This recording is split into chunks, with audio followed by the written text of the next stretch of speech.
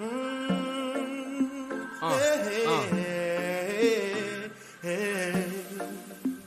it do, Fred? You know, sometimes you gotta talk to the system. Feel me? Yeah, I like her, but I ain't a dummy. Which means I ain't budging with her if she want my money. Messing with a brother like me, I get mine. On the grind, economically and for the most high. Yeah, I'll show interest, but I ain't the type to switch ya. Play too hard to get, then I could do better. You want the house, we can get that paid in full. Love your style, your smile, and everything about you. You gonna see them walk by, just ignore the haters. People know me from the past, thinking I'm a player, but I'm a team player. I'm team polygamy, it's not for everybody. If you ain't with it, I just say peace. In everything I do, I put the Father first. So if you wanna be down with me, I'm all about the Father's word. In everything I do, I put the Father first. So if you're down with me, number two in my life, you can roll with me, cause I'm about the Father's word. You wasn't down at first, now you can't get rid of me, cause every time you think of realness, you thinking of me. You walking by the soul in the first degree, wisdom grabbing my attention and beauty attacking me. I let it be known, I don't need you, but I want you. Confidence in my nature, hope she got it too. Us combined, just imagine what we could do after I hit the streets, take a trip overseas. Yeah, I like to see the vision of the palm trees, ocean view. For a man like me, it's overdue. For a woman I like, that could be you. All I ask, can you really handle if I stay true? Can you? Could you handle if I put the Father first when I'm doing the work? The sense of attention ain't you. Can you? Could you handle if I put the Father first when I'm doing the work? The sense of attention ain't you. In everything I do, I put the Father first. So if you wanna be down with me, I'm all about the Father's word. In everything I do, I put the Father first. I put the Father first. So if you're down with me, number two in my life, you can roll with me, cause I'm about the Father's word. The Father's word. The Father's word. Oh yeah. The Father's word. The Father's word. Talk to him, Fred. I'm all about the building of the kingdom. So I may not always have time to kick it with you. Hope you understand. Don't get it twisted, I love my women, but I am not hypnotized by what you got in them denims. A lady that's intelligent, to that there ain't a price. On the road to the kingdom while I enjoy life. For a woman I like, that could be you. All I ask, can you really handle if I stay true? Tell me, could you handle if I put the Father first when I'm doing the work? The center of attention ain't you. In everything I do, I put the Father first. I put the Father first. So if you wanna be down with me, I'm all about the Father's word. I'm all about the Father's word. Yeah. I put the Father first. So if you're down with me, number two in my life, you can roll with me, cause I'm about the Father's word.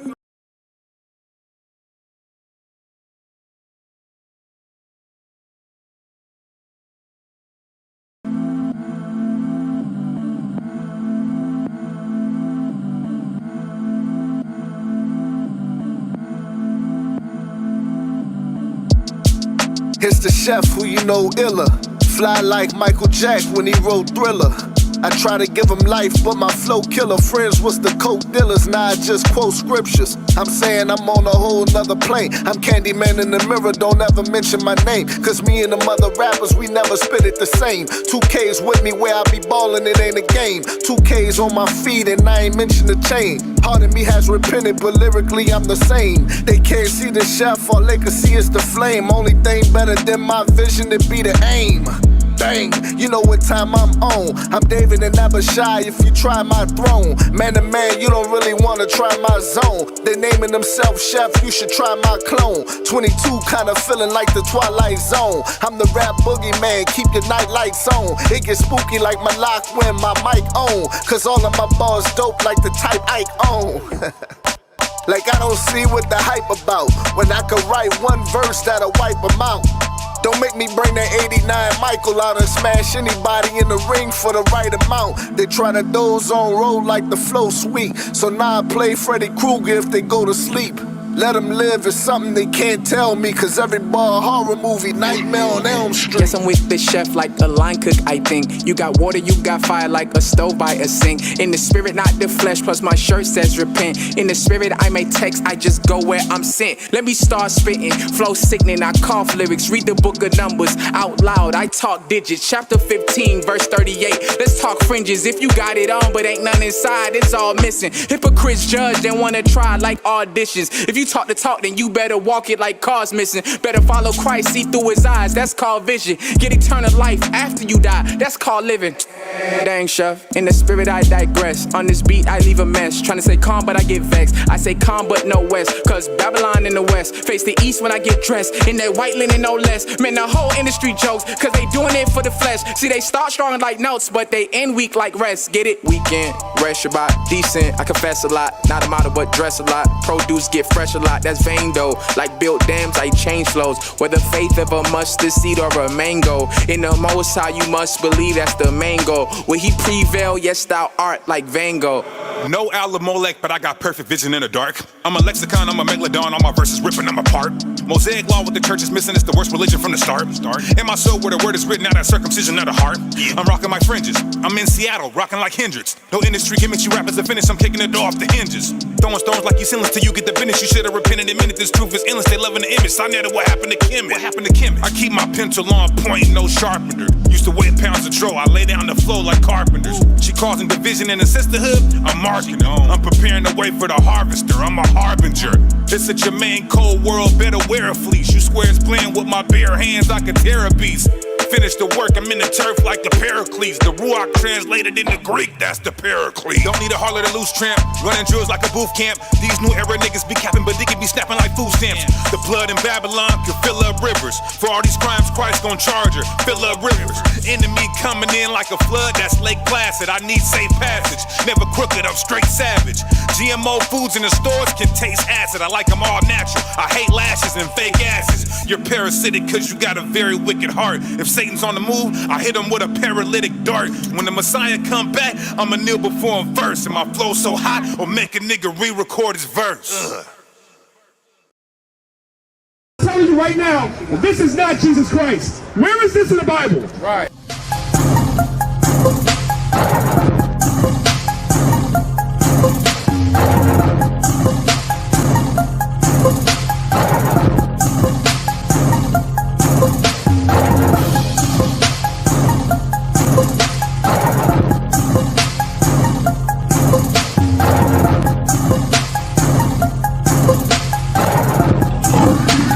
Shalom, brothers and sisters. Welcome to the Lines of Israel website. My name is Priest Danyaahla. You didn't come to our website by accident. Remember what the Bible teaches us. Man's goings is of the Lord. How then can a man or a woman understand their own way? Come, learn your history, your nationality, your heritage. And with that, we say shalom. You're all welcome to the Lion's Den.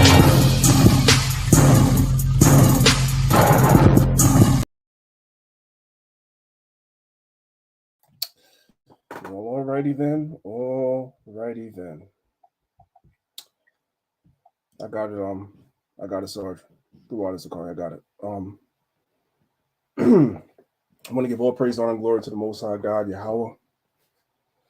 And of course, we do that in the name of His only begotten Son, Yahweh Shai.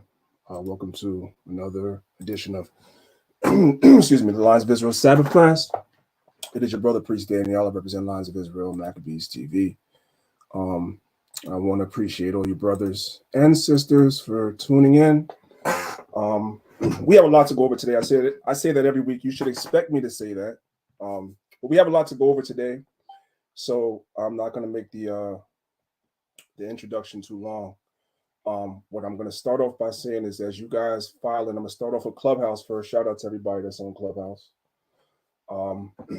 This lesson I'm going to go into today is highly visual. It's a PowerPoint. It's highly visual. I'm showing a lot of things on the screen. So you're more than welcome to listen on Clubhouse, as many of you do. But if you want the full effect of what's being taught and being shown, you guys can feel free to click the link at the top of the room and come over to YouTube so you can watch the PowerPoint along with the folks over at YouTube.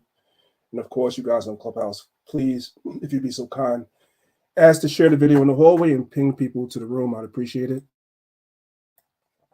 I want to give a shout out to everybody that's watching, of course, on our YouTube channel, Lions of Israel class. Same thing with you guys. Please make sure you like the video, share the video, drop a shalom or some type of comment in the chat so we can trigger the algorithm. And of course, Maccabeestv, the same to you guys. Like the video, share it, drop a comment in the chat, let folks know that we're live. And of course, as always, shout out to my brother Nasiah from Nasiah TV. I appreciate you allowing us to use your platform to broadcast directly into people's homes. All right. So as I stated a minute ago, there's a whole lot that I want to talk about today. I want to get into. So not going to procrastinate or prolong because I'm relatively certain that I'm not going to get through this entire lesson today, which I don't expect to. I did not expect to get through the entire lesson today at all. But there was some major points that I wanted to cover. So without further ado, I'm going to go ahead and share my screen. To the captains and officers, if anything goes wrong with the live, any audio issues, whatever, just text me. All right. Now, I'm going to give a disclaimer. I want everybody to listen to me very carefully. I'm treading on thin ice in today's PowerPoint, today's lesson. I am kind of treading on thin ice because YouTube doesn't tend to be happy when certain subjects are broached on their platform. So there's a real possibility that in the midst of me streaming, they might get upset and shut it down. No reason to panic. I'm giving you guys a heads up already. That if that happens, I'm just going to create a new live stream and I'm going to come back on. It's going to be all right. It's going to be all right. Right. At the end of the day, we have to speak truth and consequences be damned. You know what I'm saying? Consequences be damned. We have to speak the truth. And that's what we're going to do. We are in a very, very crucial time in history right now that we're living in. I don't understand how it is that people say that the things in Revelation are not happening right now. I don't understand. I don't understand how people say that America is not in prophecy and Revelation. I just don't understand how people say these things when we're looking and America plays a major role in the world today. It's still the world's superpower. Not for much longer, but it still is. So these things kind of just amaze me. So what we're going to do is we're actually going to get right into the PowerPoint without further ado. Once again, for you guys that's coming in on Clubhouse, I'll say it one more time. I'm showing a lot of things on the screen in this PowerPoint, so you guys might want to come over to YouTube and watch it live, but you're perfectly welcome to listen. You're perfectly welcome just to listen on Clubhouse if that's what you so choose to do, but at least do your brother a favor. Ping people to the room and share the video if you could, all right? So without further ado, let's get right off into it. So today's lesson is called Revelation chapter 12, War in Heaven. War in Heaven. Okay, so let's go to the next slide. So we're going to pick it up at Revelation chapter 12 and the last verse. Yeah, we're going to start the last verse first, and then we're going to circle back and work our way around to the first verse. But I want to start with the last verse first, if I could. If you brothers and sisters could just bear with me, I'm going to stop sharing my screen just for one moment. I'll be right back. Just give me 1 second. I apologize. Give me 1 second.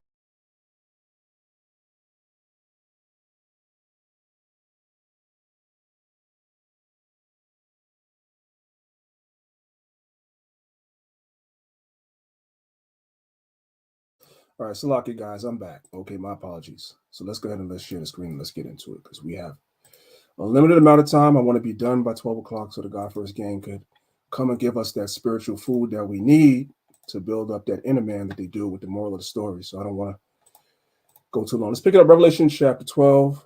And we're going to pick it up from the last verse first. It says, and the dragon was wroth with the woman. We're going to get into the whole breakdown of who the dragon is and who the woman is a little bit later. Most of you guys already know, but we're going to revisit that. But we're going to go past that for right now to get to the point I want to get to.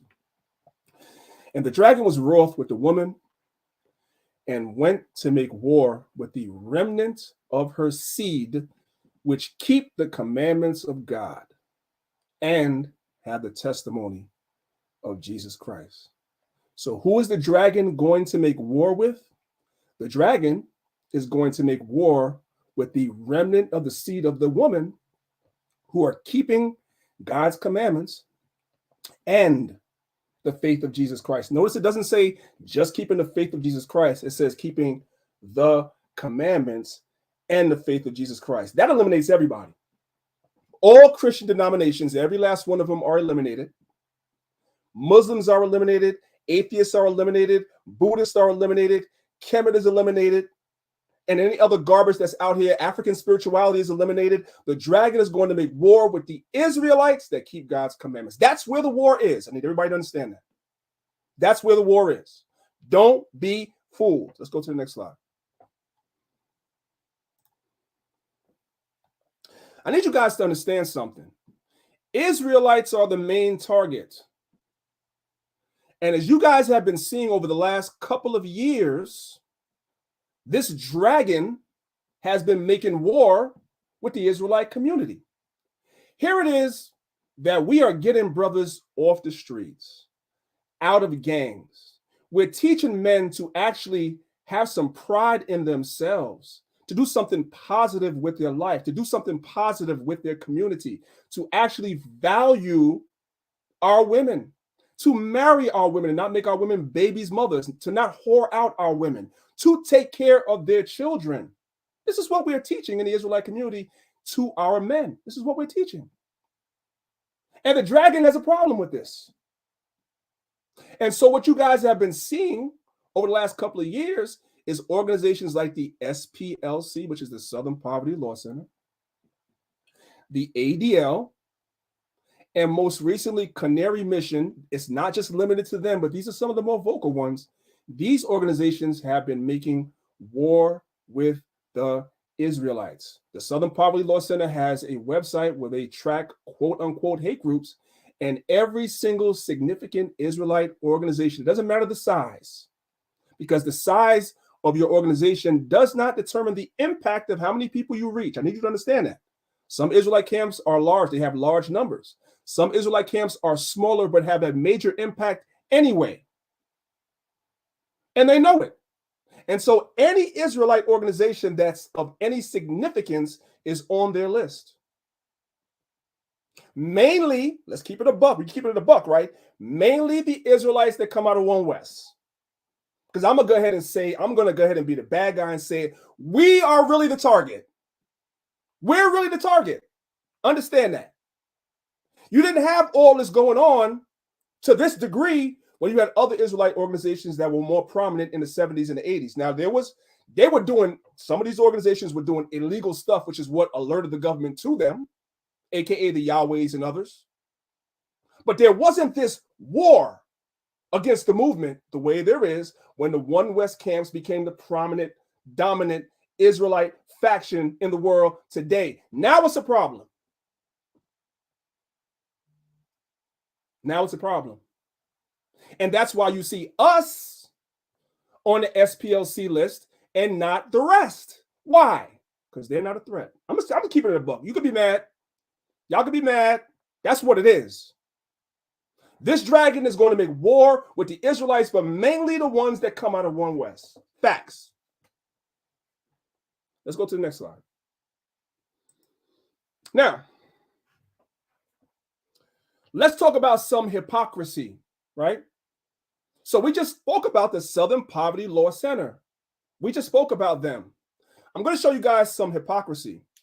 How is it, brothers and sisters, how is it that the organization that tracks hate groups in America, that tracks terrorists in America, that all your major news organizations quote when they're talking about a group is a hate group, they say why? Because the Southern Poverty Law Center says they're a hate group.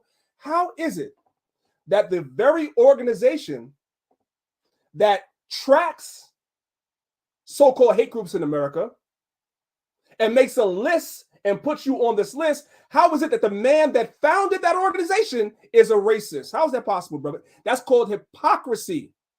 So what happened is they swept this under the rug. The person that founded the SPLC, that put all of our camps on their list, their founder is a racist. Watch. Over the last 30 years, the Southern Poverty Law Center has become a powerful force in American politics. It has a lot of power, and it gets it by systematically slandering the political enemies of the left. So they slander people. That's what they do. Come on. Oppose their agenda on immigration, practice conventional Christianity, believe in the biological difference between the sexes, host a show like this one.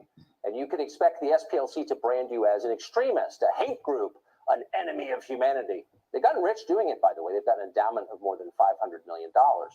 But even as did you guys hear that? They received an endowment of $500 million to quote unquote fight against racist organizations. So they deem them. But let's keep watching. All of its political enemies evil, the SPLC was, and you will not be surprised to hear this, apparently operating on a very different standard within their own offices. Today, the group abruptly announced the firing of its founder, Morris Dees. So that's the guy that founded the SPLC. For those of y'all that's of a certain age, when you look back into the 90s when the whole talk show circuit was a big thing, the Montel Williams, the Geraldo Riveras, the Sally Jesse Raphaels, the Phil Donahues, this guy was on all them shows, calling himself fighting against racism. But now they had to let him go. They had to remove him as the leader of the organization he founded. Why? The group has not revealed what exactly Dees did. Its statement implies behavior was severe and widespread. The SPL says that not only has it fired Dees, it will be bringing an outside organization in to review the work environment of the entire group. Josh Moon, who's a reporter in Alabama, who's reported on this, cites an internal SPLC email. So there's a leak. There's a leak, because I don't want this to go past y'all, so I'm going to stop it. I'm going to talk about it. There's a leak in the organization, like always. So somebody within the organization furnished a reporter with an inside memo as to why they had to let this devil that calls us racist and hate groups, why they had to let him go. Listen. And says that Dees was fired for a mix of sexual harassment. And again, buckle your seatbelt for this one, racial bias. So the person, did you guys hear that? Yes, I'm going to play it again. Did you guys hear that?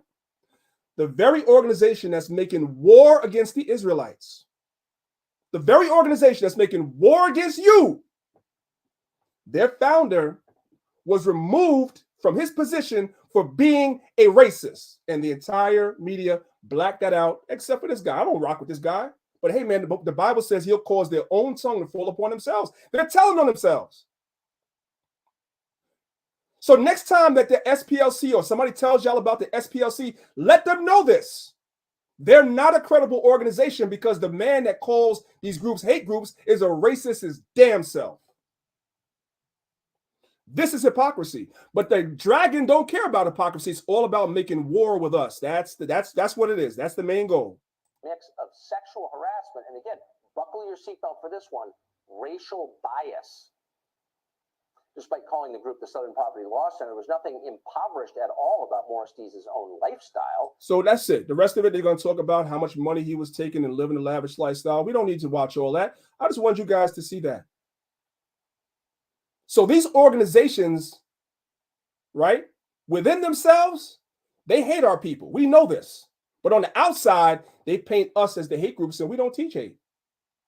The Bible says if it's possible, be at peace with what? All men. That's what we teach. We don't promote violence against nobody, none of that stuff. But what they do is they control the media. So they put these narratives out there and cite an organization that the founder of it is a racist his damn self. It's crazy. That's what you call hypocrisy, brothers and sisters. And this is who's making war against you and me. Understand that. Okay, let's go to the next slide.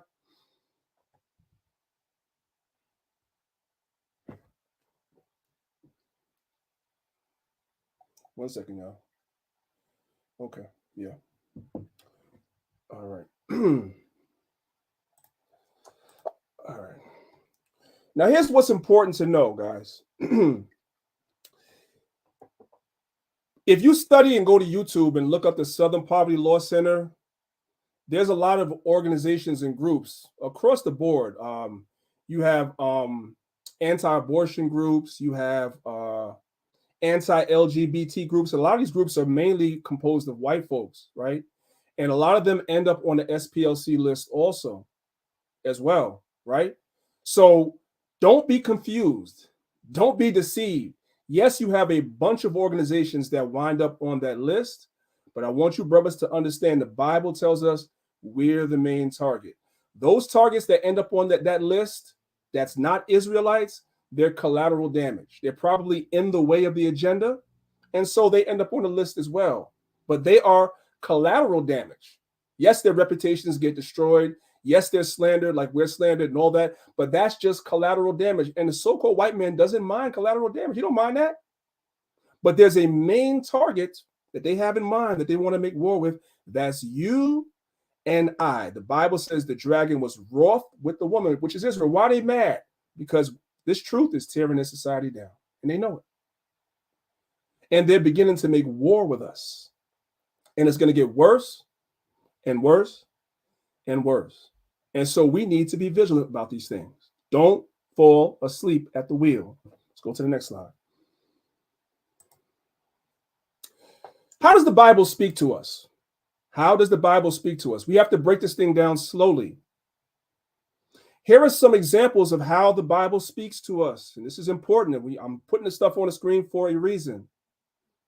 Parables, dark sentences, riddles, allegory, wonders, motifs, anthropomorphism, symbolism, similitudes, and dark sayings. The Bible employs all of these different literary devices, all of them, at some point or another.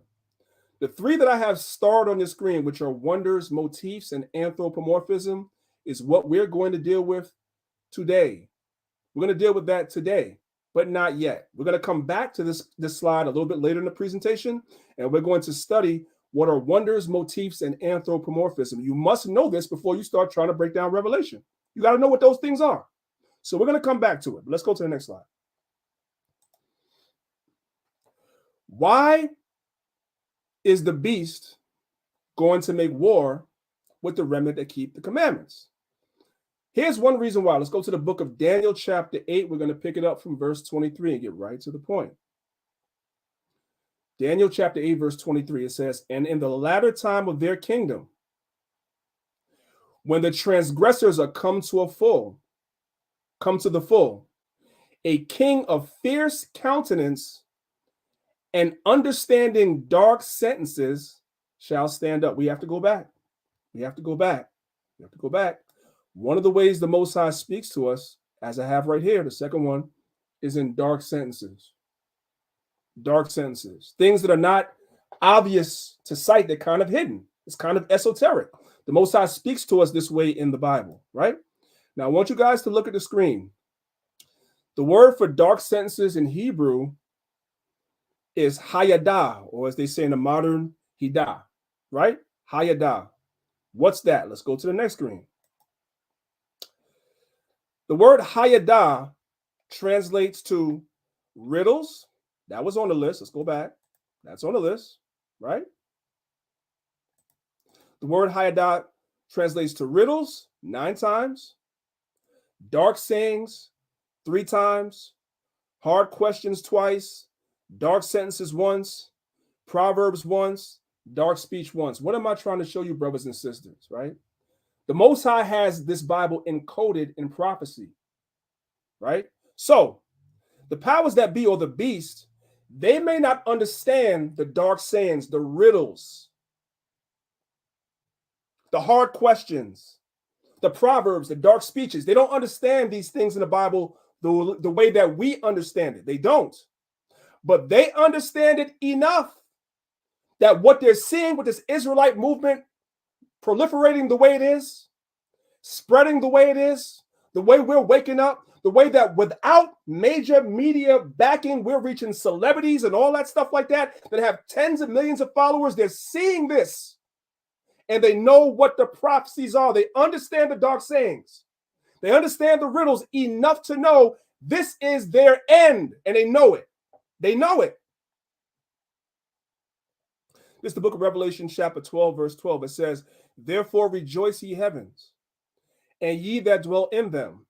And woe to the inhabitants of the earth, and of the sea. For the devil is come down unto you having great wrath. Why? Because he knoweth he hath but a short time. They understand the riddles, not on the level we do, but enough. They understand the dark sayings, not on the level we do, but enough. They understand the hard questions, the dark sentences, the proverbs. They understand exactly what it is they're seeing with this awakening happening, and that's why they're going to come down with great wrath, and we are the primary target. That's what's going to happen. And it's already happening on a low level. Right now, they're just doing it in forms of trying to discredit us in the media, but eventually it's going to be just direct. It's going to be just direct. Understand that. That's what's coming. Let's go one chapter before, Revelation chapter 11. We're dealing with chapter 12. Let's go one chapter over. Revelation chapter 11, we're going to pick it up from verse 9. The spiritually dead coming alive. This is what they fear. This is why they're going to come down with great wrath, because they know their time is almost up. They're seeing this happening. They understand this dark saying right here. This is the book of Revelation chapter 11, verse 9. It says, and they of the people and kindreds and tongues and nations shall see their dead bodies 3.5 days. We're not physically dead, but our people are spiritually dead. All we have to do is look around. I can give you 2 words: social media. Our people are spiritually dead. And shall not suffer their dead bodies to be put in graves. Why? Because we're not physically dead, but we're spiritually dead. Verse 10. And they that dwell upon the earth shall rejoice over them. Yeah, as long as we're spiritually dead, they love us. They love them some Jay-Z and Beyonce and Cardi B and Meg Thee Stallion and Suki Hana and Glorilla. They love those people because those people perpetuate ignorance amongst our people and keep our people in that spiritually dead state of mind. So as long as that's going on, they rejoice with us. They love us. They'll bring us on their talk shows. They'll invite us to all their parties and their Met galas and everything else. They'll bring us around because we're helping them keep our people in a dead state. So they love us. And make merry, and shall send gifts to one another, because these 2 prophets tormented them that dwell upon the earth. Verse 11, and after 3 days and a half, the spirit of life from God entered into them. That's what they're seeing right now. And they stood upon their feet. Now we're standing upon our feet. We're remembering who we are. We are bethinking ourselves. And what? And great fear fell upon them which saw them, which is why in chapter 12, verse 12, they're going to begin to come down on us with great wrath, because they know that time is up. Time's up.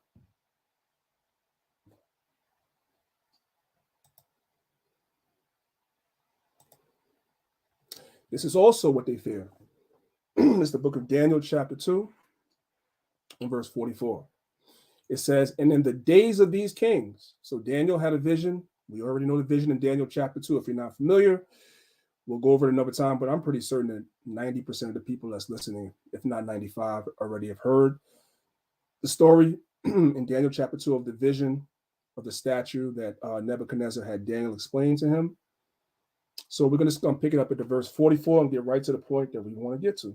It says, and in the days of these kings shall the God of heaven set up a kingdom. That's important. We have to unpack that. See, the Most High is not waiting till the last kingdom is destroyed before the Most High sets up his kingdom. Nope.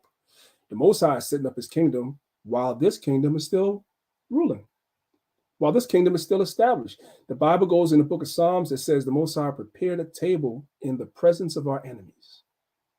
Them tables is them commandments. Remember that Moses received the commandments on tables? Most High prepared a table for us in the presence of our enemies. Our enemies are seeing us waking up. They're seeing us repenting. They're seeing us change, right? And it's a tipping point. Does everybody know what a tipping point is? You don't need everybody. You don't, real quick, let's get that. Let's get that. Let's learn this together, because everybody doesn't know what a tipping point is. So let's find out what it is, right?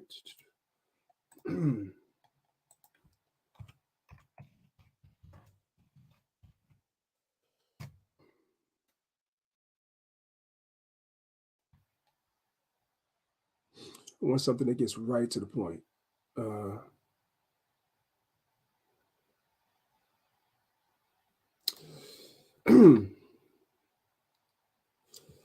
Let's see. So it defines a tipping point, so you guys can understand, as a critical mass, right? This is what it says. It's a critical mass. It's not everybody. You don't need everybody. Let me see if Google Images give me something, because I kind of winged it on this. So let's see.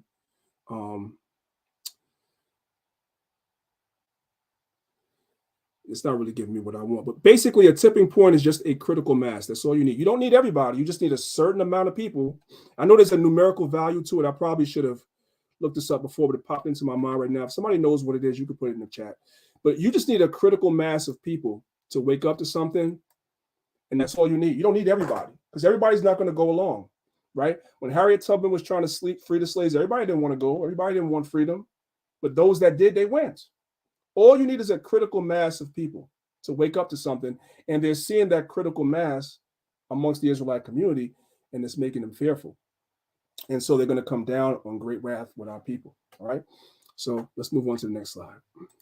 Now, what I want to do is I want to leave this PowerPoint for a second. We're going to get to today's lesson in a moment and go through Revelation chapter 12, but I wanted to start there to show you guys exactly what's about to happen. But we're not done yet. We're not done. We're going to spend the next 10 to 15 minutes looking at some videos. I'm going to open up this other PowerPoint I have here. And this PowerPoint is pretty much under construction for the next academy, but I kind of want to show you guys some stuff because it's relevant, right? So the name of the PowerPoint is called Dark Days and the Hour of Temptation, because that's what's coming. That's what's coming. Dark Days and the Hour of Temptation. I want to pick it up from right here, and I want to show you guys this video. What I need for everybody to understand is China, let's just say Asia and Europe, tend to be incubators for this great reset that they're planning on doing. Why, brothers and sisters, do China and Europe tend to be incubation places for this new world order that they're doing? There's a bunch of reasons that we could say, but I'm going to give you guys one of the main reasons why they incubate these things overseas first. So that way they can adjust whatever doesn't work. They can kind of adjust it before they bring it here. Why? Because America and the American citizenry of this country is one of the largest standing armies in the world, meaning the American population is highly armed. Highly armed. And the government knows this. Highly armed. So it wouldn't be as easy to bring some of these things in the way you do in other countries. So they tried over there first. And they gradually trying to bring it over here. That's what they do.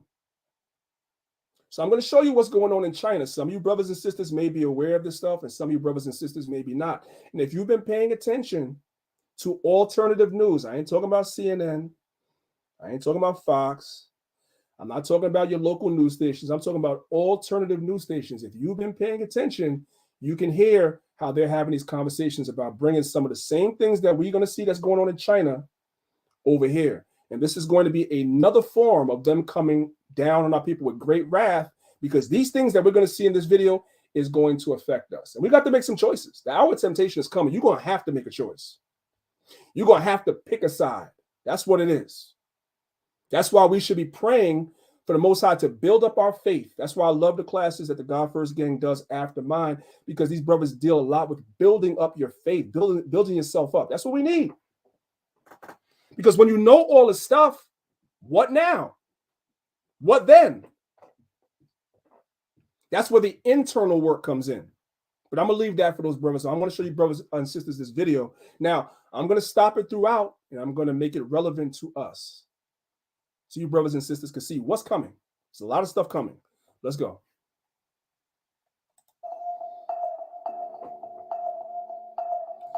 So how many of you guys are familiar? I'm stopping it already, right? How many of you guys have heard the term social scoring? Did you guys know about that? You ever heard about that before? Some of you say yes, some of you guys say no. But China has something called social scoring that's already implemented. Your social credit score outweighs your financial credit score. It outweighs it. Watch. So, picture your life in a place where everything you do, What you buy, how you behave is tracked. The government gives you a score, and the score is a measure of how trustworthy you are as a citizen and determines what you're allowed to do, like ever. So this social credit score that they have in China, depending on how you behave, has nothing to do with money. How you behave determines what you could do. In certain parts of the country, if you have a low social credit score, you can't take the train. In certain parts of the country, if you have a low social credit score, meaning you don't comply with what the government thinks you should be saying and doing, you can't take no flights. You can't get on a plane. You can't enter into certain supermarkets. Oh, yes, let's watch. Y'all don't think that's coming here? Okay, let's watch. Boarding a train, getting a mortgage, all goes back to... That was too fast. We got to go back. Watch. Say that again. She said getting a mortgage. You can't buy a house if you have a low social credit score. It doesn't matter how much money you have.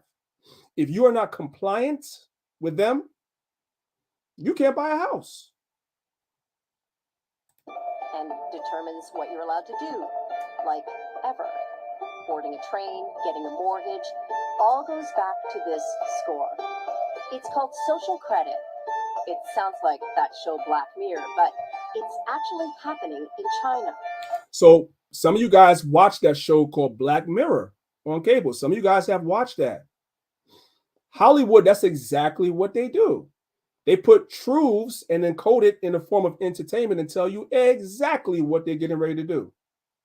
Guess what? As people are watching the Black Mirror episodes on cable over here, it's actually going on in China for real. So how does that change you? Does it change you? What does your life look like when your every move is watched? The system's eyes are in big data, artificial intelligence, and roughly 200 million surveillance cameras. And that's totally fine with Oyoung Haoyu. She's 21, graduated from a good school with solid grades. She's diligent. She's nice. No surprise, she's a 752. That's her rating with Sesame Credit, a private company working with the government on the algorithms for the social credit system. The scores go from 350 to 950 and are based on habits and behavior. Buy clothes or diapers, it's good. A lot of alcohol, too many... Wait, did y'all catch that? They tracking what you're buying. They can track what you buy. You buy clothes and diapers, your credit score goes up, your social credit score. If you buy alcohol, your social credit score goes down. But how do they know what you're buying? Because that's being tracked. Oh, the U.S. has a federal digital currency coming. Y'all heard it. It's called FedNow. That's coming. That's coming. Who's going to be mostly affected by that? Israelites. Because everything that we do and believe is against what the beast believes. So they're going to come down on us with great wrath. Understand that. Understand where we're going. So y'all sit on social media every day bickering and arguing over bullshit while the beast is getting ready to make war with you openly. Understand that. That's why I don't get involved in a lot of that crap that goes on social media. Let's go.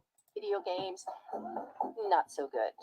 Haoyu 752 puts her in model citizen range and gets her discounts and privileges, like using a shared bike without a deposit. She likes it.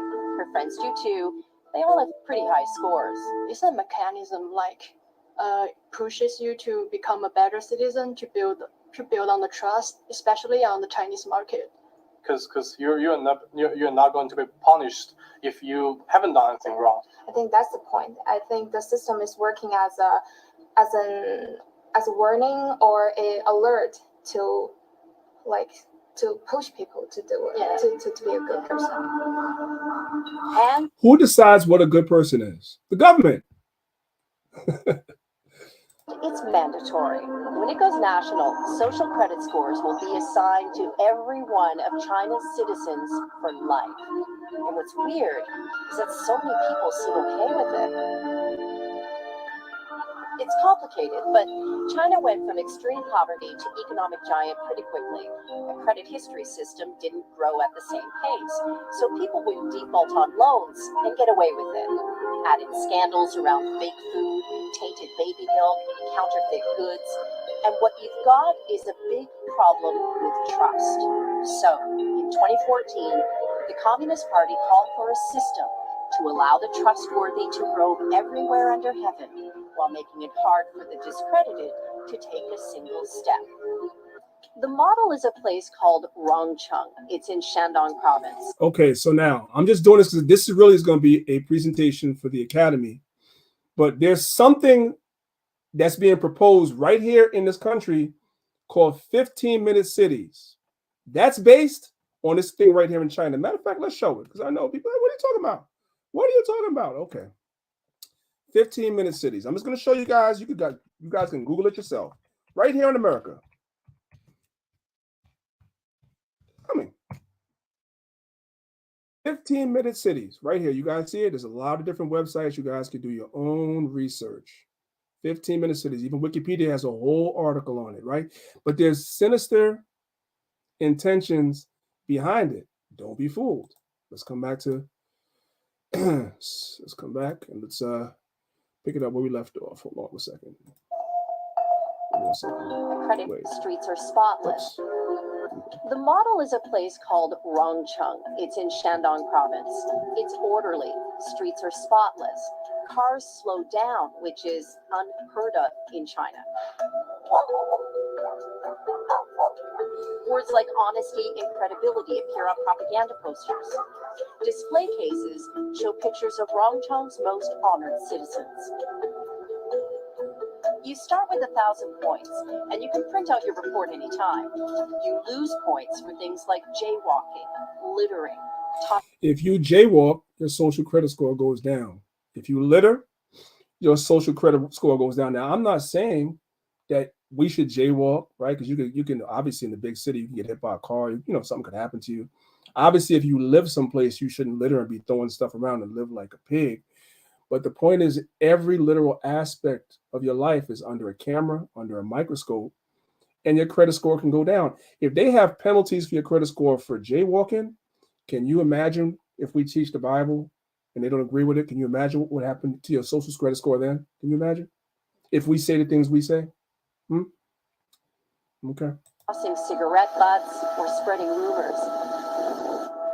Cameras do a lot of the surveillance work, but it's pretty analog too, like posters that list the ways you can gain or lose points. And each night, local TV shows the surveillance highlights of the day. And then there's Joanne. She's an information collector. AKA a citizen informant. A citizen informant. You guys have heard these terms before, right over here. Okay. Hate enforcer who walks around and writes down deeds about her neighbors. Like the man who carried a drunk person home. Things like this are good deeds, she said. But the farmer overheard swearing and being rude. Yeah, bad deeds. Her quota is 10 a month.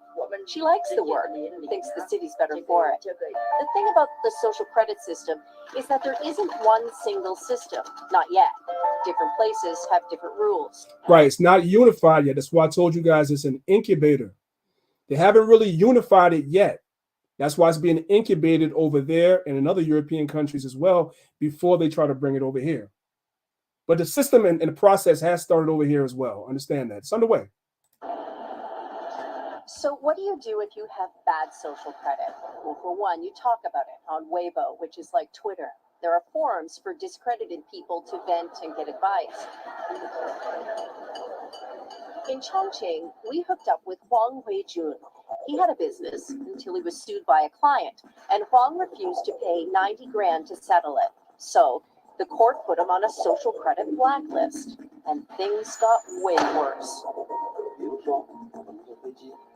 He explains that being blacklisted means he can't buy airplane or train tickets. Y'all hear that? You end up, quote unquote, discredited. Your social credit score goes down. You can't fly, and you can't use the train. More likely, I've seen in other videos, you can't get a driver's license. Can't do any of that stuff. Okay? And with what we teach, what I'm trying to show you guys, with what we teach and what we believe, if and when there's a social credit score system here in this part of the world, we're going to be on the outside of the system, all of us. We have to be prepared for that. That's how they're going to make war with us. That's one of the many ways that they're going to make war with us. He explains that being blacklisted means he can't buy airplane or train tickets. When he tries, a message pops up saying he's discredited. By the end of last year, blacklisted people were blocked from booking 23 million flights and 5 million high-speed train trips. And the list goes on.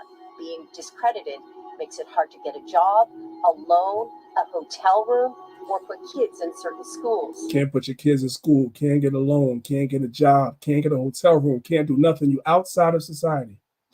Does the Bible not say in that day we're going to be like pilgrims? You're going to have to be. You're going to have to be.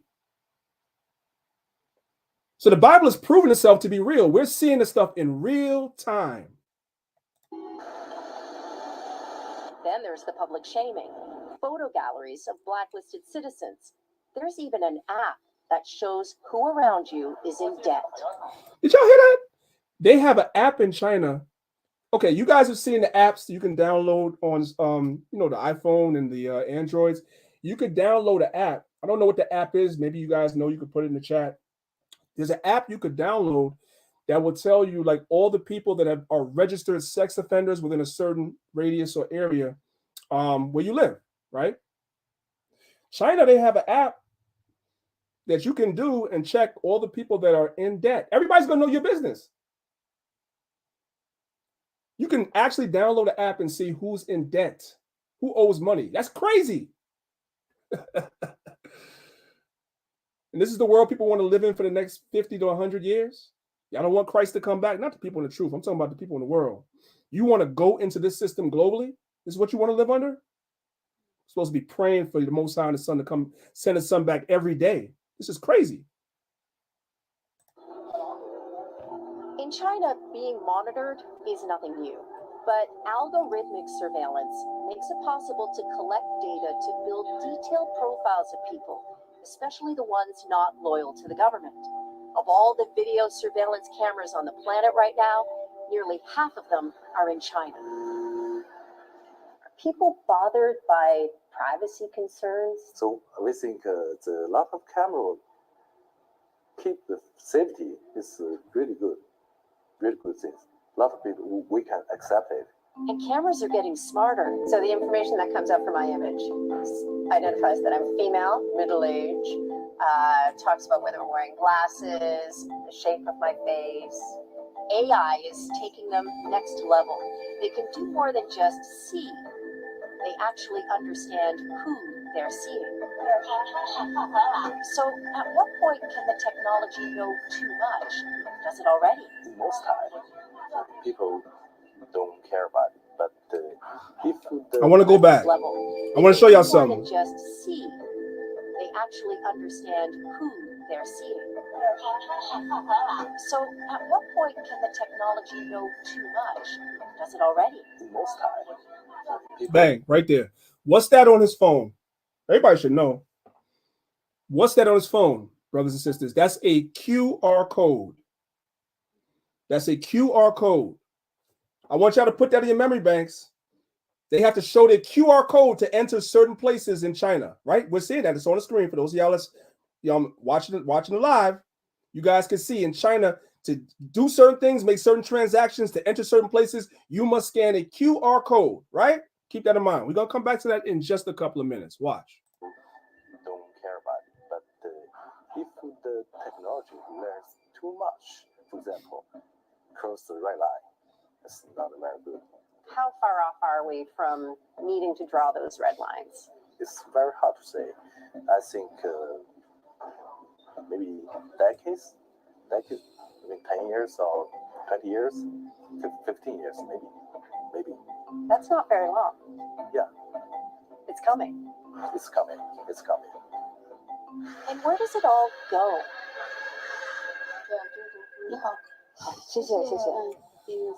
So that's enough of that. I'm going to come out of that. So you guys get the idea right now. So we just saw them scanning a QR code to do some transactions in China, right? Okay. Well, let's come down here. And again, pardon the way the PowerPoint looks. I'm just starting to put this together. Well, You guys heard of Whole Food, right? Right here in the good old USA. Listen.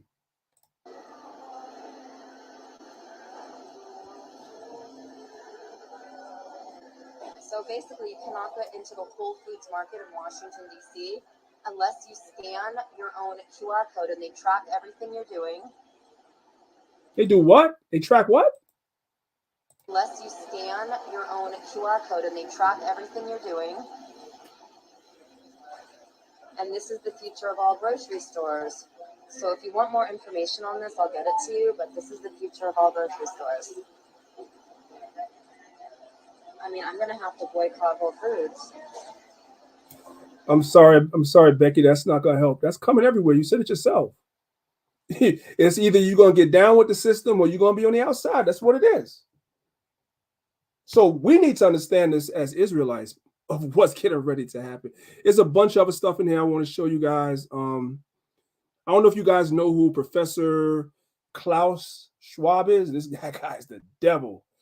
And then his advisor is the devil too. I'm gonna go through all the stuff in the academy. I really don't want to play a lot of stuff on here because this is how they shut the video down, right? So I think I done did enough. You guys get the idea. We're gonna go ahead and go back to the we're gonna go ahead and go back to the lesson. Yeah, so they're gonna make war against the saints, against us, because we're gonna be on the outside of the system. We speak against the system. So brothers and sisters have to prepare yourselves now spiritually, mentally, and yes, brothers and sisters, physically too, because portions of this war is going to be physical, right? Brothers and sisters have to get your health together. We talk about it constantly. That's why I've started to allow for videos to be done on this channel, or at least on Maccabeestv on Sundays, that's dealing with a lot of health. I know a lot of times you guys don't want to hear about it. You know, you'd rather not talk about health stuff like that, but this is a part of the war. In order to be able to go to war, you got to be fit. You got to get in the gym. Can't get in the gym, you got to go walking, go cycling, do something. Get up and move. Change the way you eat. Change what you put in your body. Do flushes and cleanses. Stretching. Massage therapy, whatever you need to do to have your body at its maximum level of operation, because this stuff is coming. And for brothers that are teachers, you are going to be pilgrims. And if you have to be a pilgrim, you got to be fit. Understand that. Okay. All right. All righty. Back to the PowerPoint now. Let's get into today's lesson, Revelation chapter 12.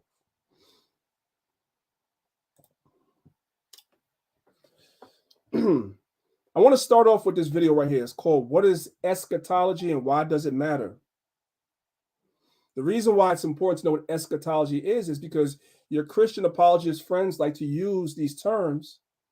So Israelites should be familiar with what these terms are. These are not our terms. We didn't come up with these terms, but they like to use these terms as though they're talking over your head. So our job is to make sure you brothers and sisters know exactly what they're talking about when they use these terms. What is eschatology and why does it matter? Let's go.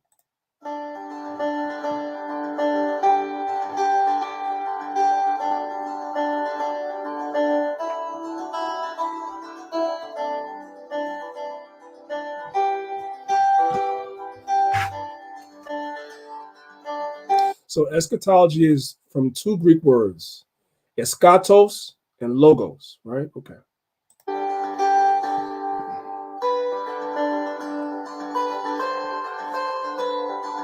So eschatology is the study, brothers and sisters, of end time events.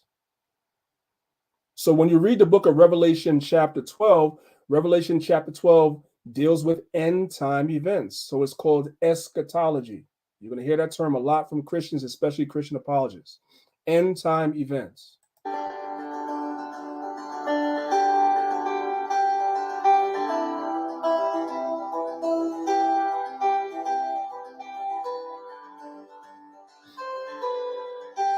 So all so-called religions on the earth, whether it be Islam, Christianity, so forth and so on, they all have eschatological events. Like even the Muslims, they believe, you know, if you're a pious Muslim, I believe you die and you go to heaven and you get 70 virgins or whatever the hell it is.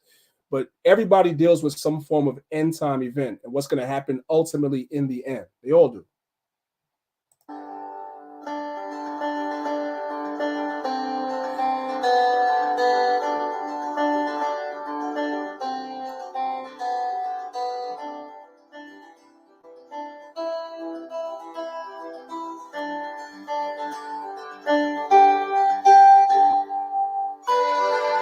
All right, so now eschatology is broken down into two branches. This is important because we've been having these conversations on Clubhouse specifically.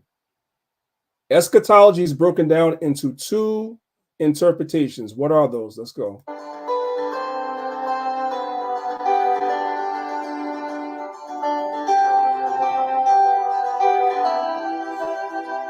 So eschatology, or end time prophecy, is broken down into two categories. You have futurism, which is things that have not taken place yet. End time things that have not taken place yet. They're going to happen in the future. Then you have preterism, which is things that have already taken place. You have futurism and you have preterism. Preterism is things that have already taken place. For lack of a better word, I'm simplifying it. And futurism is things that have to take place in the future. And both of those fall under the term eschatology, which is end time events. Let's go. And we're going to see this in Revelation chapter 12, which is why I'm going over it. Somebody's wondering why we're going over this, because you're going to see it. Sometimes you read things and you don't see or comprehend or sit down and study why you're seeing things written a certain way. So we're going to go over it. We're going to go slow. We're going to go over it.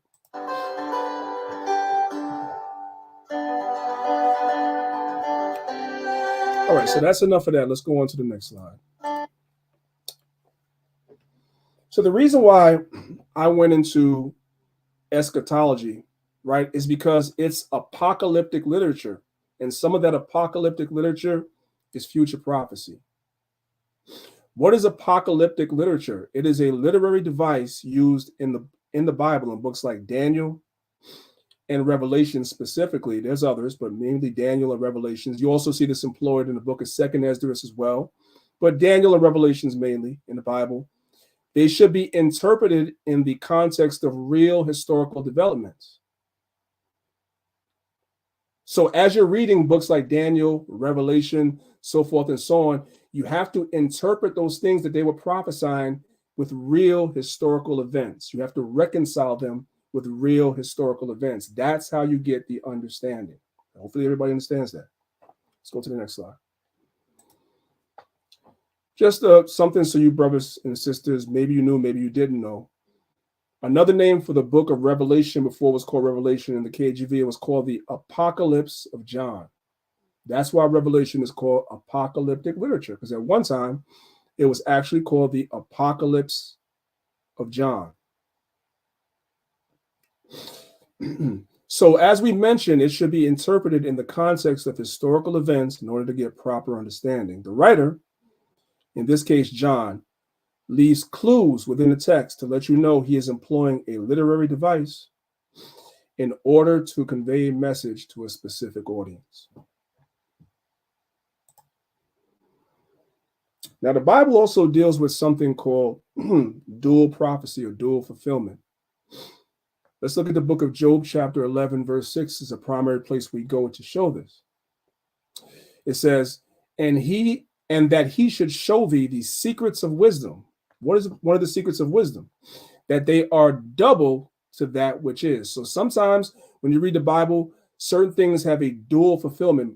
We might read about a fulfillment to a degree within the Old Testament, but then there's also a future connotation to said same prophecy. That's called dual fulfillment. Some things in the Bible are double. By the way, this is just an aside for those of you guys that are watching live on YouTube. That's a book I have called The Catacombs, right?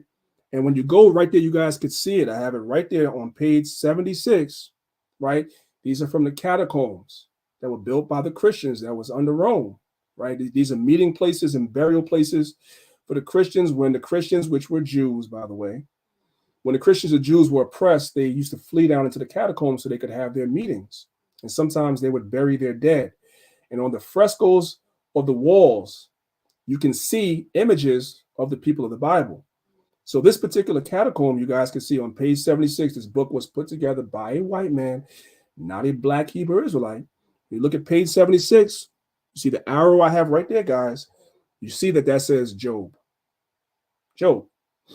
And the corresponding page, that's Job, black. Just look at the afro, look at his face, his hands, his feet with a white garment, black.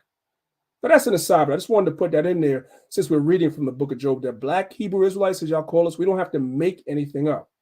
Demonstration beats conversation. We're just going to show you what we know. Let's go to the next slide. I'm going to skip this one for now. All right, so let's get right down into it. This is the book of Revelation, chapter 12, and we're going to read the first 3 verses. And there appeared a great wonder in heaven, a woman clothed with the sun and the moon under her feet, and upon her head a crown of 12 stars. And she, being with child, travailed in birth, and pain to be delivered. Verse number 3. And there appeared another wonder in heaven, and behold, a great red dragon, having 7 heads and 10 horns and 7 crowns upon his head. Now, you guys can see I have the guy sitting there laughing. See, I told you the Bible was a fairy tale. It says dragons and angels and all that stuff. It's a fairy tale. A lot of us have family members that think the same way. A lot of us have family members that think the same way. They think like Boosie. Hey, bro, come on now, dog. Come on, man. That's some of y'all family members. If you were to read this to them, they'd be like, what? What would they be like? Hey, bro, come on now, dog.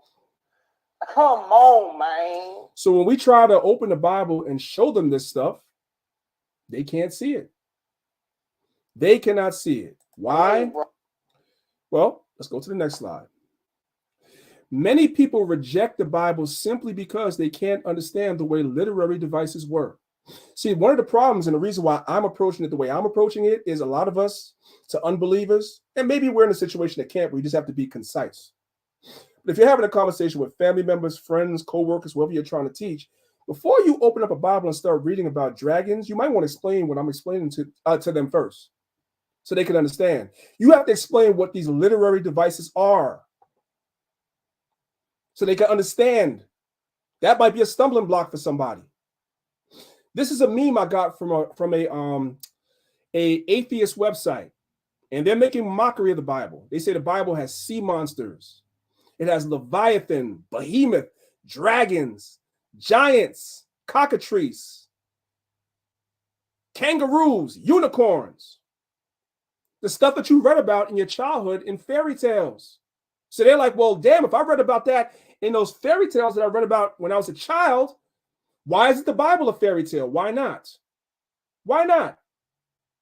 That's the question they ask. And the question I ask brothers all the time is that what's your answer going to be when somebody asks you that? What are you going to say? You're going to get emotional and be like, man, you're just listening. You're not listening. You're hard-headed. Or you're going to explain? So we're going to explain. It's a literary device. That's all it is. The Christian church, television, and worst of all, social media has reduced the people to slaves to the entities who are unable to use critical thinking. The Christian church, when you walk in, they just tell you, let me have your brain because you ain't going to need it, like it's in that cartoon right there. Many of us were controlled by television when we were coming up in our generation. In this generation, social media has zapped the minds of the people. Their thoughts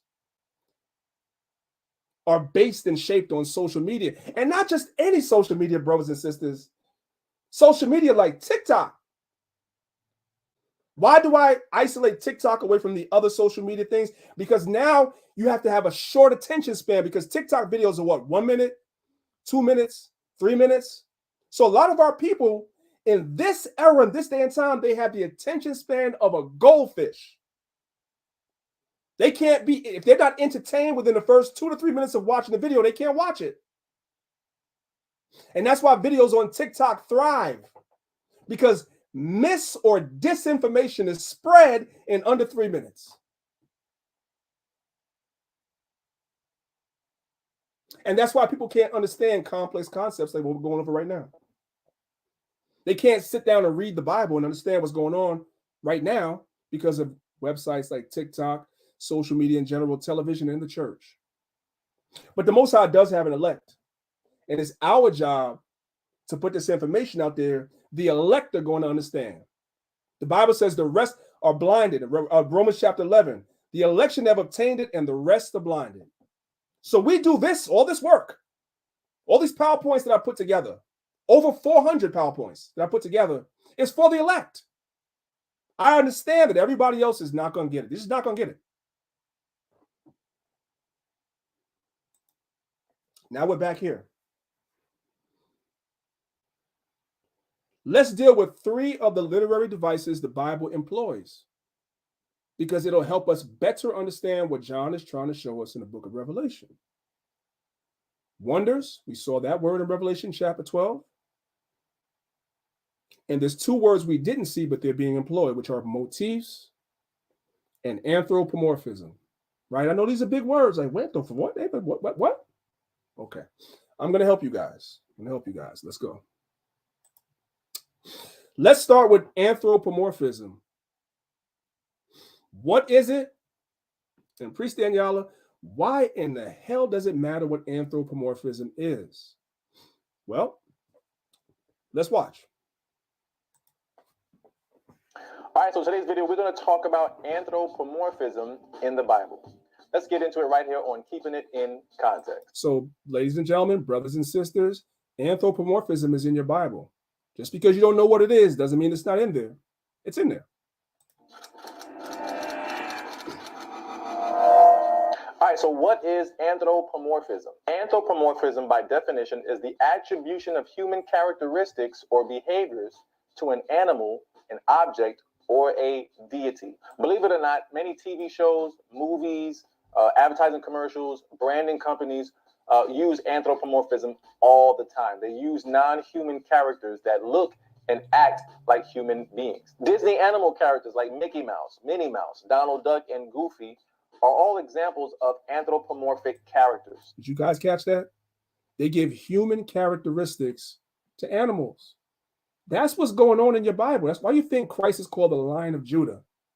Why do you think Judah is called a lion? Why do you think Benjamin is called a wolf? Why do you think Naphtali is called a hind let loose? Why was Nebuchadnezzar called a lion? Why does Daniel, in the book of Daniel chapter 7, give you 4 beasts?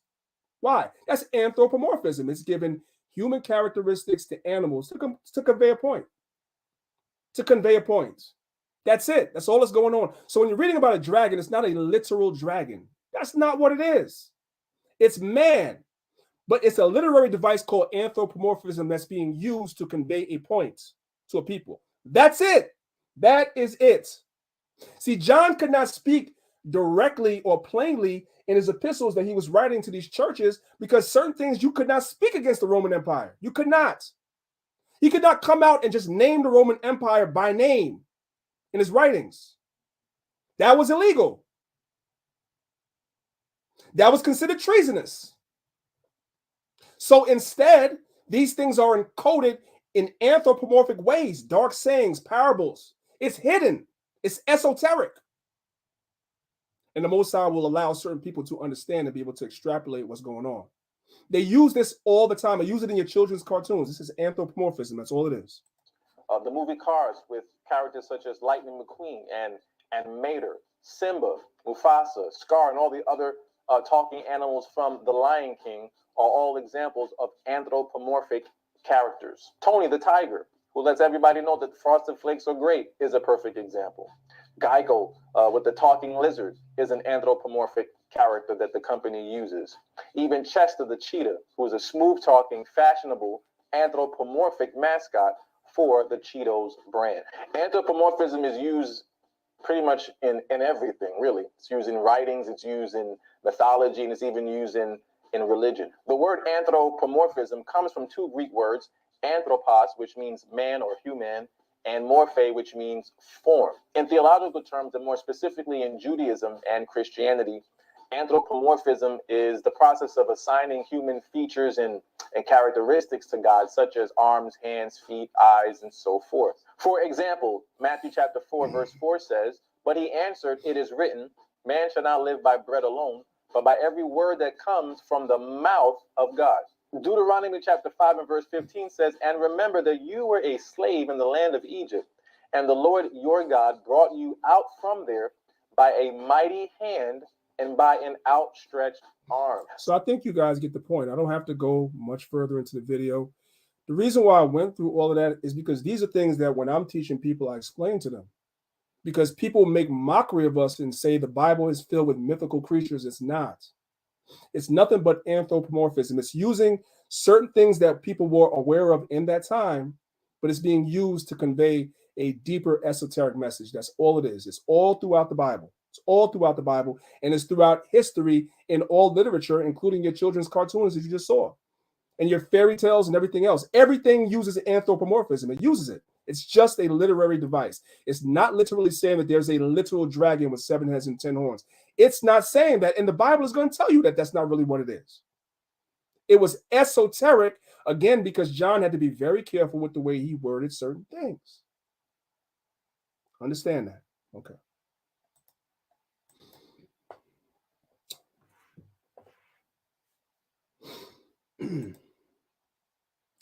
So let's get right into it. I'm going to skip some things because for the sake of time, I want to make sure that I get through as much of this stuff as I can. So now, let's go through Revelation chapter 12, verses 1 through 3 again. The first thing I want you guys to look at is that even the scholars that put together the applications that we use today, like the Blue Letter Bible, which is where I got that screenshot from, they let you know that the stuff that you're reading in Revelation 12 is not literal. For instance, if you look at on your screen the way it's stratified, the woman, they tell you that's Israel. They know that. It wasn't literally a woman. That woman was symbolic of Israel. They know that. They understand that. So it's not nothing crazy that I'm telling you. The scholars know this too. They know that. Okay, let's go to the next slide. Now let's get down into it. This is the book of Revelation chapter 12, verse 1. "And there appeared a great wonder in heaven, a woman clothed with the sun and the moon under her feet, and upon her head a crown of 12 stars." So as the scholars told you in the previous slide I just showed you before, they know that that woman is Israel, but they didn't demonstrate it. So what we're going to do is we're going to read the book of Jeremiah chapter 6 and verse 2. It says, "I have likened the daughter of Zion to a comely and delicate woman." So this woman in Revelation chapter 12, that's Israel. Let's go to the book of 2 Corinthians chapter 11, verses 1 and 2. "Would to God you could bear with me a little in my folly, and indeed bear with me. For I am jealous over you with godly jealousy.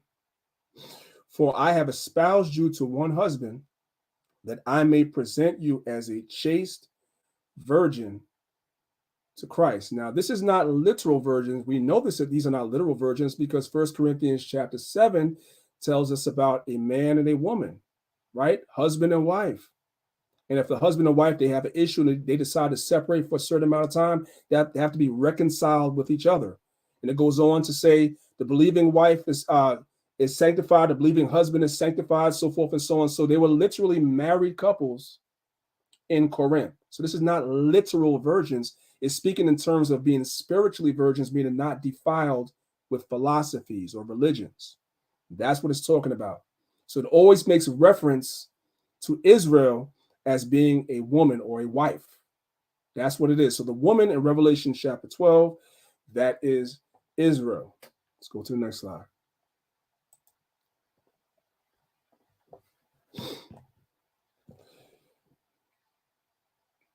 Clothed, a woman clothed with the sun and the moon upon her feet. The sun and moon, that represents light, which is the law, the commandments. Proverbs 6 and 23, "For the commandment is a lamp, and the law is light, and reproofs of instruction are the ways of life." So the law is what clothes us. You can read this all throughout the scriptures. And when you're not clothed in the law, you're considered to be naked. That is replete all throughout the scriptures. You can read about that in the Old Testament. You can read about that in the New Testament. We are clothed in the commandments. The Most High gave Israel, the woman, the commandments to keep. Understand that. Let's go to the next slide. And the woman was wearing a crown of 12 stars, because this woman represents Israel, and there are 12 tribes. This is the book of Genesis, chapter 37, verse 9. And he dreamed yet another dream, and told it to his brethren, and said, behold, I have dreamed a dream more, and behold, the sun and the moon and the 11 stars made obeisance to me. So the me is Joseph, and the 11 stars is his brothers, which makes 12. So these 12 stars represent the 12 tribes of Israel. This whole first verse is talking about Israel, which is exactly what the scholars told you. They didn't really demonstrate it here, but they understand that. They do understand that. This is the book of Deuteronomy, chapter 10, verse 22. It says, thy fathers went down into Egypt 70 persons.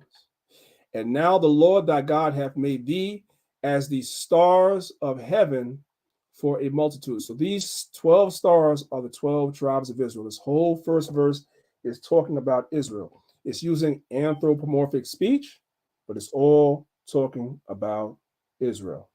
All right, let's move to the next verse. Verse 2. And she, the woman talking about Israel, with child cried, travailing in birth, and pain to be delivered, because the time was coming where the Savior was to come, but there was going to be some obstacles. Now, what I want to, I'm going to wait till I get to the next slide to show you guys this, right? Verse 3, and there appeared another wonder in heaven, and behold, a great red dragon having 7 heads and 10 horns and 7 crowns upon his head. So we already went over that this is anthropomorphic speech. This is not a literal dragon. The crowns upon the dragon's head let you know it's not literal. It's talking about man, but somebody may be lost, right? So let's jump over to Revelation chapter 17, and we're going to pick it up from verse number 9. And I'm kind of going through this a little bit fast for the sake of time. I'm gonna get through what I can get through, and if I have to come back and revisit this another time, I will. Revelation chapter 17, verse 9. And here is the mind which hath wisdom. The 7 heads, the same 7 heads we saw in chapter 12. It's not a different 7 heads, it's the same one. The 7 heads are 7 mountains which the woman sitteth, on which the woman sitteth. And there are 7 kings, 7 kings, 7 kings. So this great red dragon is literally talking about kings or kingdoms, not a literal dragon. It's using anthropomorphic speech, but as you progress in the book of Revelations, John even breaks it down to you and shows you it's not literally talking about a dragon. It's just a literary device that's being used to identify a certain group of men or a group of kingdoms that were going to come up and rise upon the earth, right? It also speaks about 10 horns, and these 10 horns are also 10 kings as well. So it's not literal. So nobody has to bug out. Your friends, your family members, your co-workers, they don't have to bug out. It's just a literary device called anthropomorphism that's being used to convey a message, because when John was on that island of Patmos and writing these things, and it would eventually be delivered, there were certain things that you just were not allowed to say. Paul has the same issue when he's writing his epistles. There's certain things he could say and certain things he could not say outright. But in these last days and times, the Most High gives us the understanding of exactly what they were talking about. The Bible tells us in the book of Habakkuk chapter 2, in the end it shall speak and not lie. So we're in the end now. So we understand what the prophets were writing before. We understand it. Let's go to the next slide. Now, I just added this in so you guys could understand exactly something I was talking about earlier. When you look at the way Rome was founded on 7 hills. Did you guys know that? It's called the 7 hills of Rome. It's called the 7 hills of Rome. You guys can do your own research on that. What John was doing, And I explain this stuff, and I'm going to try to go a little bit slow. I kind of go a little bit deeper into it when I do these in the academy. I didn't do this particular lesson in the last academy. I think I did this one in the first and the second. But I'm going to try to go slow because I know it's a lot of people that might be new, you know, and I always get told sometimes I'll be going a little too deep. So maybe I'm going to try to not go too deep. But what John was doing, you guys have to understand what's happening. And there's a reason why I'm going slow. You guys have to understand what John was doing. All throughout the book of Revelation, the symbolism that John is using is symbolism the people were familiar with in their time. In the book of Revelation, I believe it's chapter 2, I'm paraphrasing because I'm not going to go to it. John speaks about, to him that overcometh, I will give a white stone. That's something that the people of that time in the first century knew exactly what that white stone represents. They knew exactly what it represents. It had a deeper, more esoteric meaning to us today, but he used a contemporary example of what they understood to explain things to them in their time. Does everybody understand that? You see the same thing happening when John is speaking about a beast with 7 heads and 10 horns and 7 mountains. The reason why he's using this example, which is an example of future prophecy, but the reason why he's using it is because they understand about the 7 mountains or the 7 hills, because that's how Rome was founded. So he uses contemporary speech to explain eschatological, meaning end time things. And we have the benefit of history to be able to go back to understand exactly what he was talking about, because now we can go back and do some history. And, oh, Rome was founded on 7 hills. That's why he used that verbiage. Oh, I see what he was doing. It's something esoteric and deeper for the future that he's talking about, but he used an example that they would be familiar with. Interesting. Okay.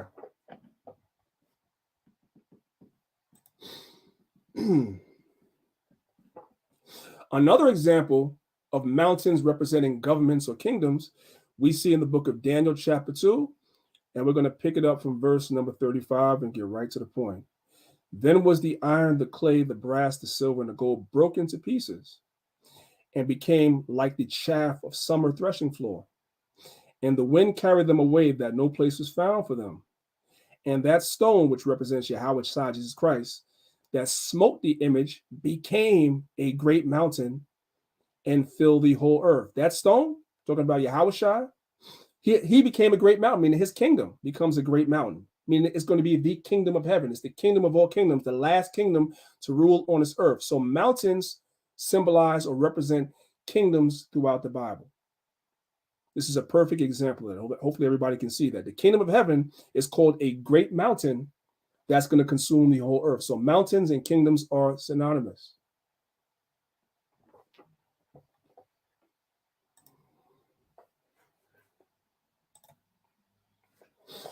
So now that we understand that this great red dragon having 7 heads and 10 horns and 7 crowns upon his head is not really talking about an actual dragon, but talking about kingdoms that are going to rise up on the earth and rule, we're also given one other clue. It calls the dragon red.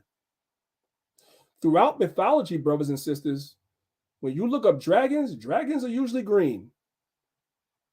In your fairy tales and all the stuff that you read when you were coming up, dragons are usually green. Let's do a quick Google search and let's see what Google shows us. Let's just look. I'm winging it. Let's just look. Let's go to Google Images and type in dragons.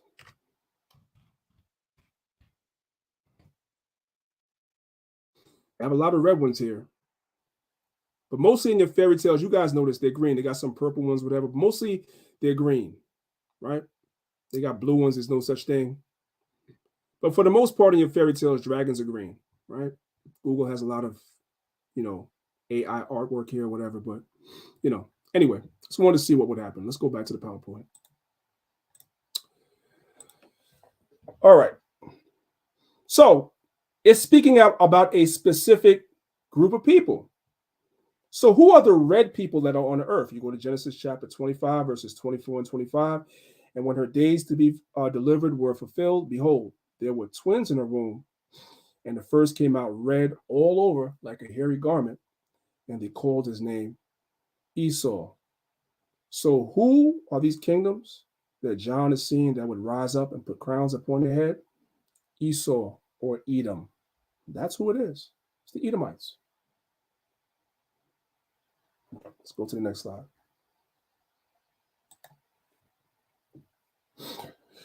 Crowns represent rulership. This is the book of 1 Maccabees, chapter 1.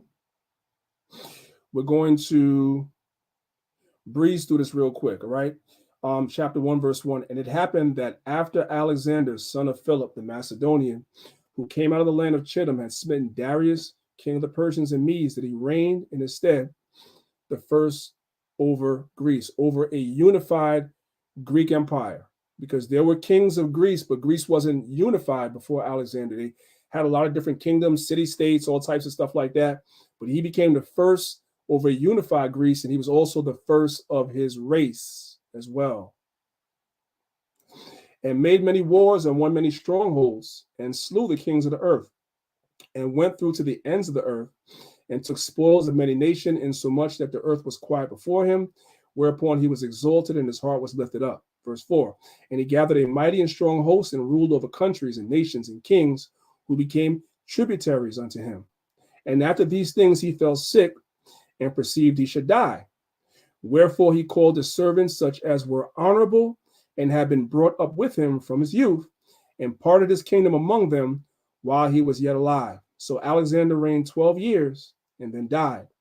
And his servants bare rule, every one in his place. Here's the point, verse 9. And after his death, they all put crowns upon themselves. And so did their sons after them many years, and evils were multiplied upon the earth. So this particular race of people, these Edomites that come from Alexander and his 4 generals going all the way down, they were the beginning of this prophecy beginning to start become manifest.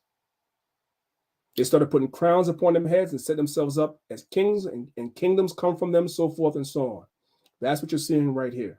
All right, let's go to the next slide. I'm going to skip that for now.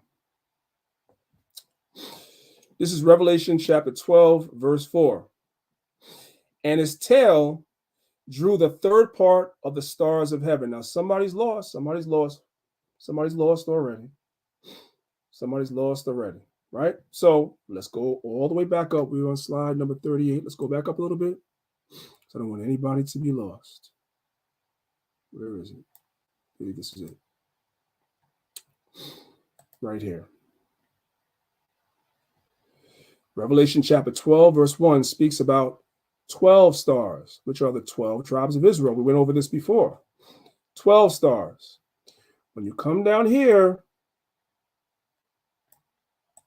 to verse 4, now it moves up further in the historical timeline. And his tail, talking about the dragon, drew the third part of the stars of heaven. So the stars of heaven are Israel. So the third part of the stars of heaven are 3 tribes, as I'm going to show you.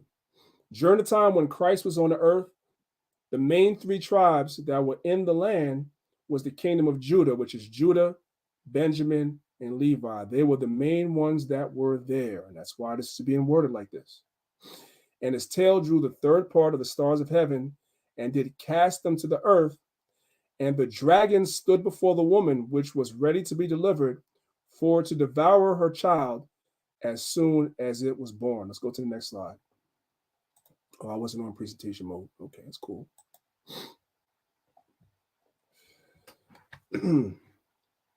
When it says the third part of the stars of heaven, I'm just giving you guys a little bit of history, right? Remember, Israel split into 2. You had the kingdom of Israel, and you had the kingdom of Judah. After the split, after Solomon died, you had the kingdom of Israel, and you had the kingdom of Judah, right? So why does it say the dragon drew the third part of the stars of heaven? What does that mean? Let's go to the book of 1 Kings, chapter 11. We're going to pick it up from verse number 29.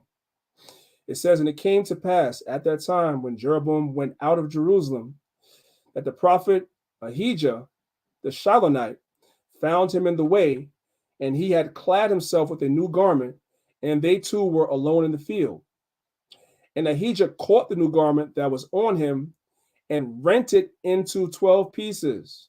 Verse 31. And he said to Jeroboam, take these 10 pieces, for thus saith the Lord, the God of Israel, behold, I will rend the kingdom out of the hand of Solomon and will give 10 tribes to thee. But he shall have one tribe for my servant David's sake, and for Jerusalem's sake, the city which I have chosen out of all the tribes of Israel. So Jeroboam got 10 tribes, right? And then Solomon had Judah, and the Most High gave him one more tribe, which was Benjamin. So that's 2. But remember, the Levites were throughout all the coast of Israel and the suburbs doing the priestly duties.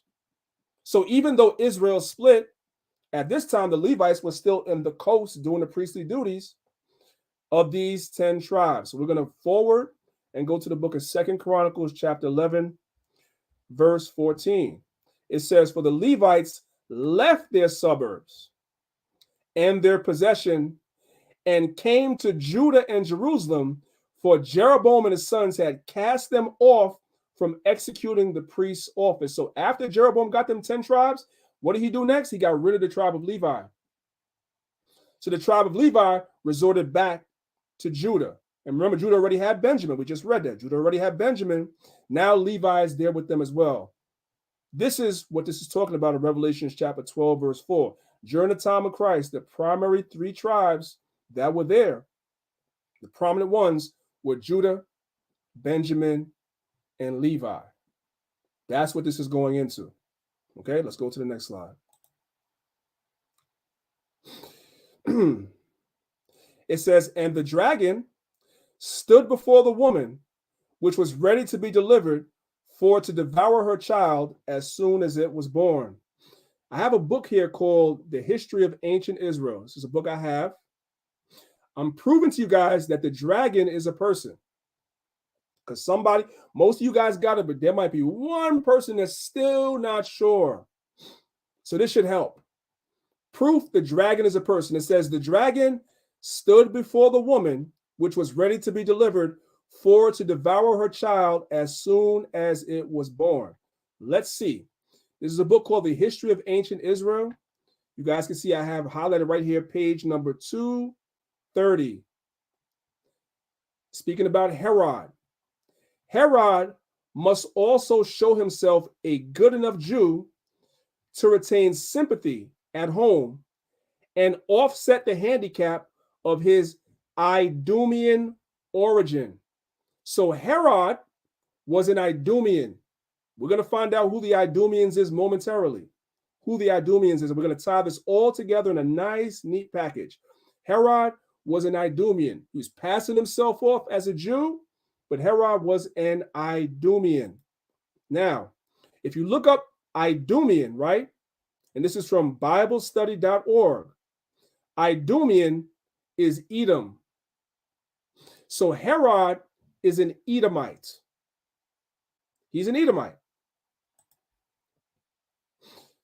So now, it says the dragon stood before the woman, which was ready to be delivered, for to devour her child as soon as it was born, right?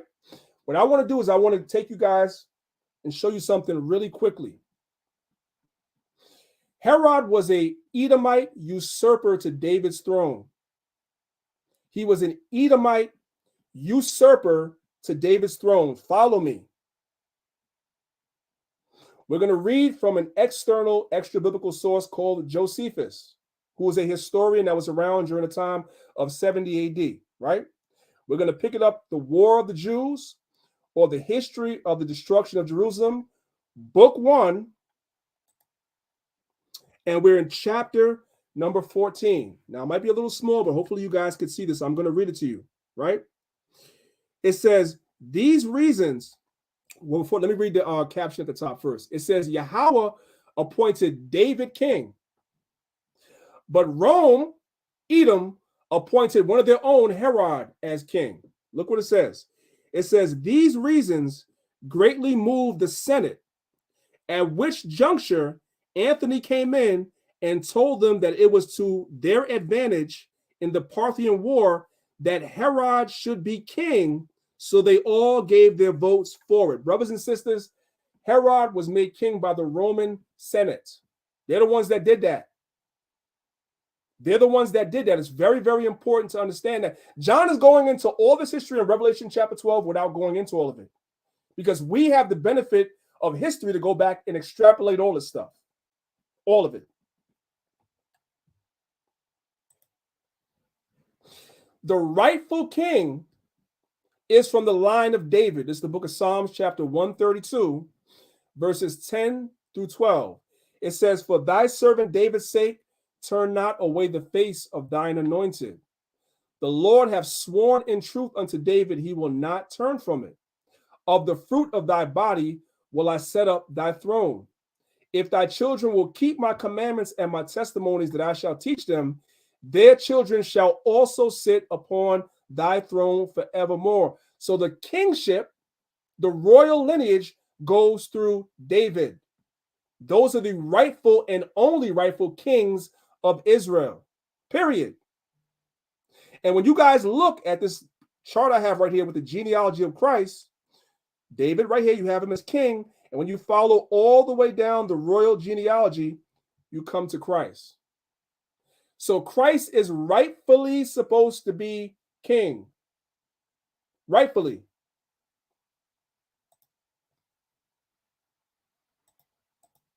We'll go back a little bit. So what does this have to do with this verse right here in Revelation chapter 12, verse 4? Because Herod knows this. Herod knows this. And so because Herod knows that Christ is supposed to be king, that's why he tried to kill him. That's why he tried to kill him. This is the book of Matthew chapter 2. We're going to pick it up from verse number 1. Now, when Yahushua was born in Bethlehem of Judea, in the days of Herod the king, the Edomite, we just showed you that, behold, there came, that was set up by the Roman Senate, behold, there came wise men from the east to Jerusalem, saying, where is he that is born king of the Jews? Brothers and sisters, that's a problem. That's a problem. Why? Because the Roman Senate had already appointed Herod to be king. Now you guys are coming here saying, no, there's somebody else that's supposed to be king. Do you guys see the problem? For we have seen his star in the east and are come to worship him. When Herod the king heard these things, he was troubled. Why? Because he was a usurper. He was an Edomite. He was not supposed to be king. How in the blue blazes do you have another nation that comes and appoints a king in our nation? And by the way, for those of you brothers that know your teachers, you know, it tells you this in the Apocrypha in the book of Maccabees. That's what the Romans did. They are like appointing and setting up puppet kings. Just like they set up puppet leadership in the black community today. It's the same thing. It's the same thing. Verse 3. When Herod the king had heard these things, he was troubled, and all Jerusalem with him. And when he had gathered all the chief priests and scribes of the people together, he demanded of them where Christ should be born. Who did he gather? He gathered the chief priests, right? And the scribes. What did the scribes do? The scribes were the ones that made copies of the records, the prophecies in the Old Testament. So they gonna know. In other words, translation, Herod is telling these chief priests and these scribes, go in the Torah, go in them scrolls and find out where the prophet said he's supposed to be born. Because he wanted to get him out of here. Because he knew he was a usurper. So John, what is happening in the book of Revelation, although it's using anthropomorphism, is guiding us from the time that Christ was born all the way up until now. The tribulation that Christ went through, and ultimately we're going to go through as well with the same dragon. John is dealing with preteristic information first, meaning things that took place before. He's going all the way back to the birth of Christ. This is before John was put on the island of Patmos. He's dealing with that first, and he's going to walk you all the way up until now as you go through the chapter. Verse 5, and they said unto him, in Bethlehem of Judah, they found it in the prophets. For thus it is written by the prophets. That's why he called the chief priests and the scribes. They could consult and see what the prophet said. And thou, Bethlehem, in the land of Judah, are not least among the princes of Judah, for out of thee shall come a governor that shall rule my people Israel. Then Herod, when he had privily called the wise men, inquired of them diligently what time the star should appear. And he saw them, and he sent them to Bethlehem and said, go and search diligently for the young child. And when ye have found him, bring me word again that I may come and worship him also. Let's go to the next slide.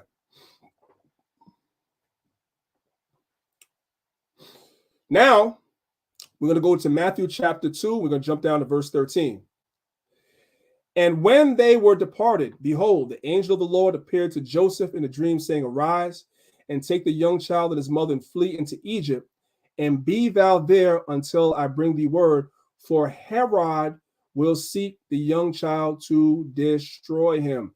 This is what's taking place, brothers and sisters, in Revelation 12 and 4. See how it went from being mythology to being a real story? And his tail, talking about the dragon, drew the third part of the stars of heaven and did cast them to the earth. And the dragon stood before the woman, which was ready to be delivered, for to devour her child as soon as it was born. This dragon is a man, and this particular verse right here is talking about Herod. Does everybody see that? It's talking about Herod. See, once you're able to explain to somebody the literary devices that the Bible is using, yeah, it uses the word dragon, but it's not literally a dragon like from fairy tales. These are men. It's just employing literary devices. And when the Most High allowed us to have the whole book in our possession like today, we can uncover and unlock these mysteries.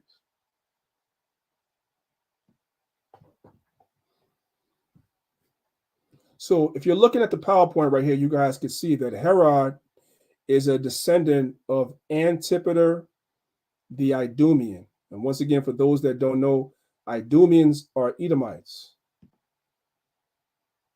So what you have happening here is John is retelling the story about when Yahushua was born. Basically, what was happening was the Roman Senate, the Romans, as we read in the book of Maccabees, and we see it taking place in Matthew chapter 1, right? The Romans, specifically the Roman Senate, set up a puppet king in Judea. Then you have these wise men that come and say, hey, the king of Israel was born. Tell us where he is so we can go worship him. And Herod is like, what? I'm the king. Rome said I'm the king. You know what I'm saying? So you know what? I want to find out where the child is. I'm going to destroy him. Because taking Christ out the way does what, brothers and sisters? It takes away the prophecy. If Christ doesn't come, is not allowed to grow up, is not allowed to do his ministry, and most important, if Christ is not allowed to sacrifice himself, guess what else doesn't happen? We don't get a chance to come back. We're not sitting here today. So all this stuff is important. All right, let's move on.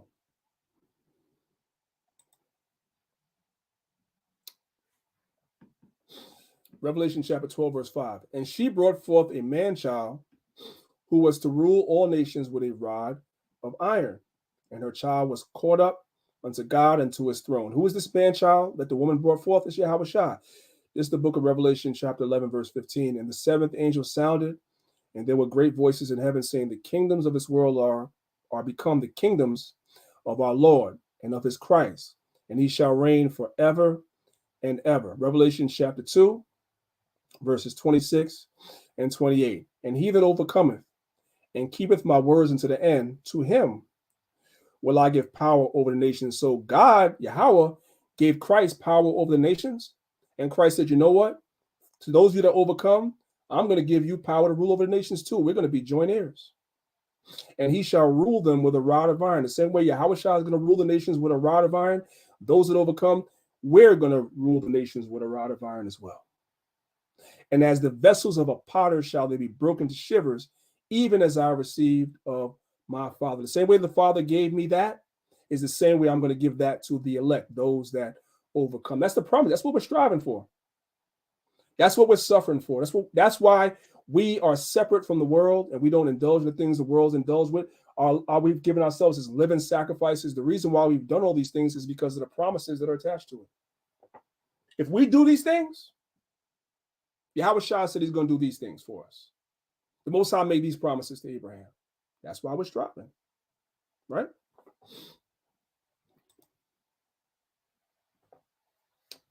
It says, and her child was caught up unto God and to his throne. This is Acts chapter 1, verses 9 through 11.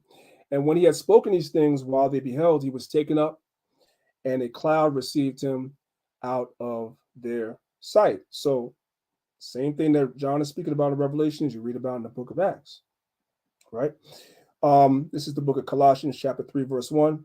If ye then be risen with Christ, seek those things which are above, where Christ sitteth on the right hand of God, right? Christ has a throne. Hebrews chapter 10, verse 12. But this man, after he had offered one sacrifice for sins forever, sat down on the right hand of God. So all that we went through from verse 1 all the way down to verse 5 was setting the stage of that woman being Israel, and the history of how at one point Israel would be split. There will be mainly 3 tribes. So it's giving you an actual time period. And that time when those 3 main tribes are in the land is when the Messiah was going to come. And when he comes, the dragon was going to try to take him out. Why is all this important, brothers and sisters? Because I'm not going to get through the whole PowerPoint, obviously, because I'm pressed for time. Why is the first 5 verses so important? Because guess what? The saviors are being raised up. The prophets and teachers are being raised up again on the earth today. Brothers and sisters, mainly you brothers. The same way that Herod understood what, brothers and sisters? Dark sayings, parables, riddles. He understood what it meant for Christ to come, that his rulership, done. Does everybody understand that? Done. And so when they see us rising up today, brothers and sisters, what are they thinking? What are they secretly plotting to do? Because Herod secretly plotted. He said, hey, when you find him, tell me where he is so I can come worship him. But he really wanted to do what? Kill him. He's plotting. So we're waking up now. We're rising up. What are they planning on doing? Same thing. Same thing. So we have to be cognizant of that.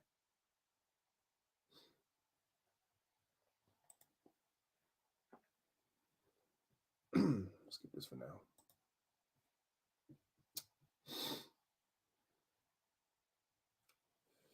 This is Revelation chapter 12, verse 6. It says, and a woman fled into the wilderness. I want to deal with that term wilderness just for a second, right? When it says the wilderness, right, that'll be places where we already had established communities. That's why there's always I want to say the word pattern. When the nations would come against us, we pretty much a lot of times fled to the same place. And that one of the main places we would always run to is Egypt. It'd be places where we already had established communities so that we could blend in with the native populations and hide from the pursuing Romans. Where would such a place be like that? One example would be Africa. For example, Egypt. Prior to Christ coming on the scene, guys, there were Israelite communities in Egypt for like 700 years. This is the book of Jeremiah, chapter 44, verse 1. It says, the word that came to Jeremiah concerning all the Jews which dwell in the land of Egypt, which dwell at Migdol and Taphanes, hope I said that right, and Noph, and in the country of Pathros. So you had Israelites that were already dwelling in Egypt during the time of Jeremiah already. This is an excerpt from the Encyclopedia Britannica. It says the book of Jeremiah, also called the prophecy of Jeremiah, is one of the major prophetical writings of the Old Testament.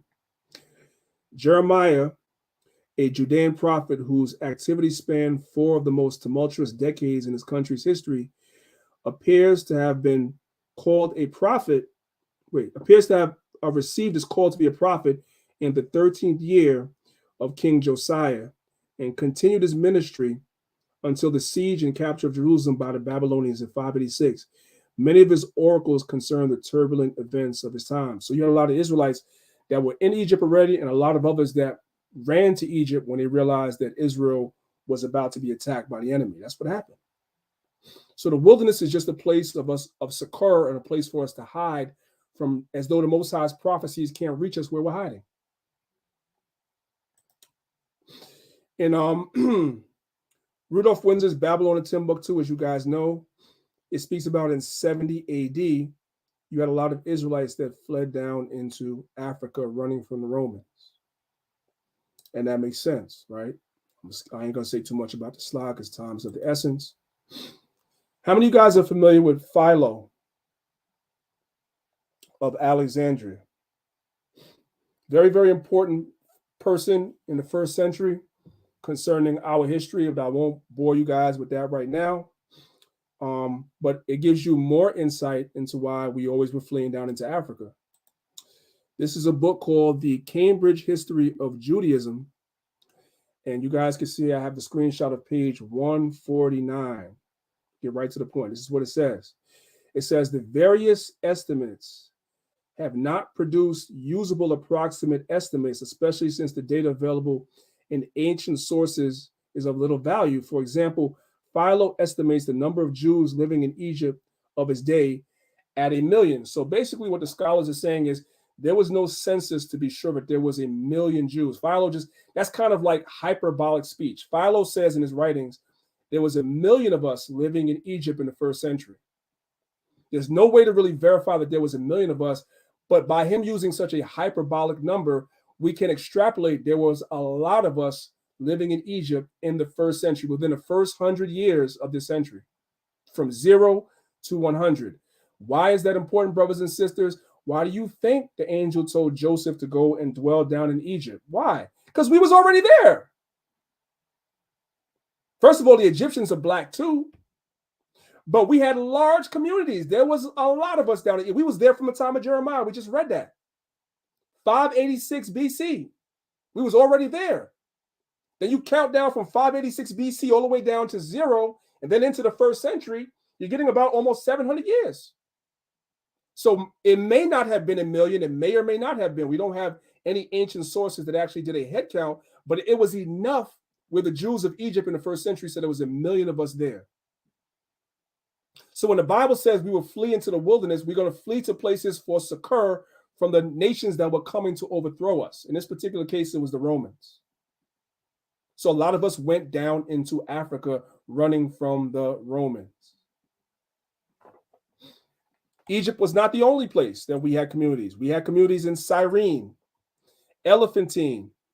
Some of these places, by the way, Elephantine would be Egypt, by the way, or island off of Egypt. We had communities in Temenet, Ethiopia, Uganda, Libya, Kazembe, Marrakesh, Tangier, Ghana, Lam. We had communities along the Niger River. We migrated. We didn't just stay when we went in one place. We migrated all over the place.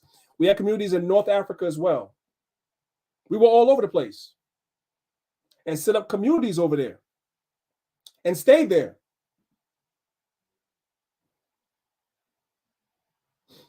So the Bible has given us all this history. It's very concise. It's very compact. But we have the advantage in our day of being able to go into history and unpack it.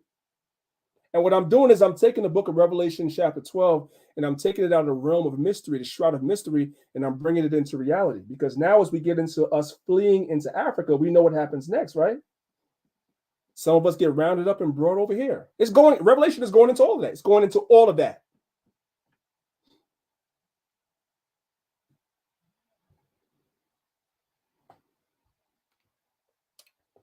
All right. Well, guys, I think I did pretty good. I did 56 slides. That ain't bad. That ain't bad at all. That's more than I thought I was going to do. But we only got to verse 6. I'm sorry. Yeah, but time is of the essence. I have to get out the way so my brothers could do what they got to do. But as always, guys, I want you guys to go in the chat and let me know if what I went into made sense. If what I went into made sense, put 1 in the chat. Let me know. It made some sense.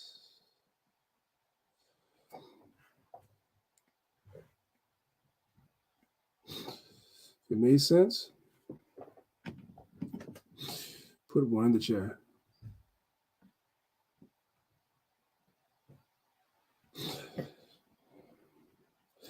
Yeah, see, I got my man, brother Michael, in the chat, just teaching away, bro. Why don't you go do a video and breaking it down on your channel, man? Go do a video, break it down on your channel. Why don't you do that? That'd be pretty cool. Okay. Listen, guys. Yeah, I'm gonna probably most high allow. I'm gonna finish. I'm gonna go over that again in the next academy we have in September. I want to show you guys something real quick before we get out of here. I just need, since I got everybody here, let me share my screen one more time and show you guys this. This is very important. Okay. All right, guys. This is the camp website. So there's been we made a change, and I want to make brothers aware of the change that we've made. So as you guys can see scrolling at the bottom of the screen, if there are any prospects that want to join the camp, there's a 6-month academy. I believe the captain said he's answered pretty much every email that you guys have sent. But before I had you guys just going to a Gmail email, but we have something a little bit more concise that we added to the website that we want you guys to use, okay? So when you come to our website, thelionsofisrael.com, that's the website, and you scroll down to the bottom of the home page, there's a section right here, right? It gives you the email, right? And you also just ask you for a little bit of information because we have to email you whatever's necessary for you to join the academy. We have to email you whatever those things are necessary because there are some changes that we've implemented for the upcoming academy. So we have to email you some things. So you got to fill out this little area right here. You ain't got to give us your last name as option, just your first name, your email, something in the subject area, and a message. My name is such and such, and I'm interested in joining the academy, whatever. And just email us, and we'll send you something back in the email. Okay, so that's that. And also, don't forget, brothers and sisters, that the calendar is here too. So kind of stay tuned to the calendar. The calendar's right there as well. This is a resource for all Israel, even though it's our website. So calendar is here. Today's the 24th, right? You can just toggle ahead to see what's coming up. It tells you when the Shabbats are, when the new moons are. And of course, right now, there's really no major holidays coming up until the fall. So it's pretty much open. And lastly, and this is my fault, I know I've definitely slacked on this, right? Under the tab, it says books. We put some PDFs here. There should be way more PDFs than there is. I know I've been promising, but hey, man, what the scriptures say, man, the man slippeth not with his heart, slipping with his tongue, but not with his heart. I say certain things and I don't follow through with some things, but trust me, it's not nothing but me just being busy. You know what I'm saying? But these are PDFs that you guys can get for some books, and I actually am touching on some of these books in the next academy for sure. It's going to be a heavy lean towards history in the next academy as well. A lot of history, right? We're going to really go deep. So that's that. And of course, I'd be remiss without saying the people that do come to our website and hit that donate button, I appreciate each and every one of you brothers and sisters. The sisters been showing a lot of support. Appreciate y'all. It goes a long way in helping us do what it is that we have to do. We appreciate y'all. And the ones of you that can't, they just, like I say, put some time, kind words in the chat when I'm doing my classes, so forth and so on. Kind words go a long way too. You know what I'm talking about?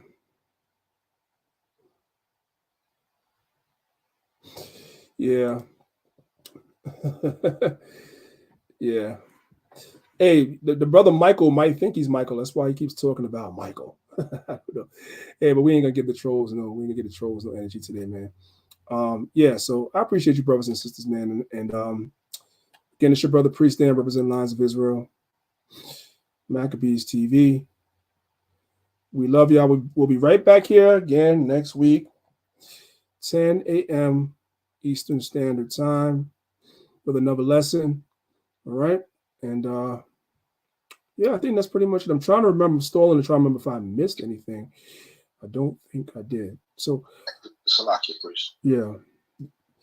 I don't know if they can hear you on YouTube, but I don't know if they can hear on YouTube being that you're on Clubhouse, but go ahead. You should have came in through YouTube, but go ahead. I'm going to put the phone right by the computer. Go ahead. Nah, I just want to highlight what you said on the homepage. If the people want to join, they fill out the spaces that you just shown. But if you don't want to wait till the academy, you could join the camp now if you want to. There's a section that says join now. You click that, and then it'll take you to Google Forms. You can fill that out. So if you wanna join LOI now, that's what's up. You know what I'm saying? Instead of waiting to the academy, because the academy is going to be, if I'm not mistaken, sometime September, October, right? September 17th, yeah. Con. But if you have the zeal and you want to join now, because you know what the scripture says, the laborers are few, right? The harvest is plenty, but the laborers are few.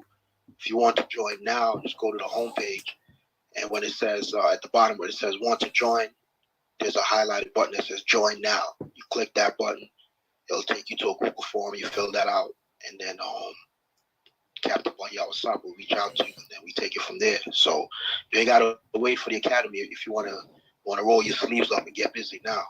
Right? Come. That was it, King. All praises, the water. That was the other elder Lazar. Right. You know, listen, I want to see all. I don't want no excuses. Hey, I want a full park at Tabernacles, y'all. Let y'all know now. Tabernacles, go on the calendar. Look when Tabernacles is coming. People need to be out there camping. Scriptures say we're going to be pilgrims, like I showed y'all earlier. If you can't pitch a tent, you can't start a fire, you don't like bugs, you're afraid of this, you're afraid of that. You know what I'm saying? You need to come camping and start learning how to do these things, man. You know what I'm saying? So Tabernacles is... Also for a full week, man. Sometimes brothers come through for a day, think they doing us a favor. You ain't doing us a favor. You doing the Most High tell us, man. You got to be out there camping for a full 7 days. It's really 8 days, but you know, and you got the calendar ahead of time. You can reach out to your job and make arrangements, man. Them days where you just show up for one day and then bounce, them days ain't cutting it, man. Especially now in these last days, we need all the blessings we can get. So Tabernacles, be prepared for a full week, man. And we got a nice spot. So it's no excuses. Plenty of room for the tents and everything. Plenty of room. We got a nice spot, man. So we want to see you guys there. I need to get out the way because the God First Gang is going live. So I want to make sure you guys on Clubhouse transfer over to the God First Gang room. All right. It's your brother Priest Dan, representing Lines of Israel, Maccabeestv. I appreciate y'all. And we will be back here next week, Most High allow, with another one. And with that, I say shalom. Reflecting the way of life under the Florida sky. Even the lobbies funnel in the great outdoors.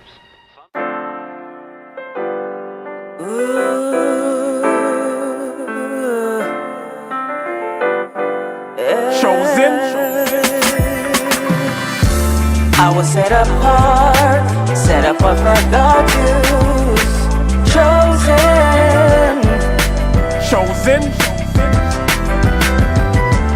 I was set apart for God's use. Formed in His image. Chosen. They say the chain of Shaitan is not that strong. They say his time is running out, he ain't got that long. They say murder, murder, kill, this is not that song. Said I won't amount to nothing, they got that wrong. Cause I was set apart and I was shown the light. And if I get the kingdom, I'll be clothed in white. 1/3 will be delivered and the rest were blinded. Their fate is set in stone, what you ain't read the fine print? Christ is gonna give a crown to us. In the end we'll have the nations bowing down to us, with their faces to the ground to us. It's the truth, as crazy as it sounds to us. Jacob forever rules, and we're his precious jewels. Showed us love and patience, put us above the nations. And that's the gospel, thank God for choosing me. Bad news for you, it's really good news for me. I was set apart for God's use. Chosen.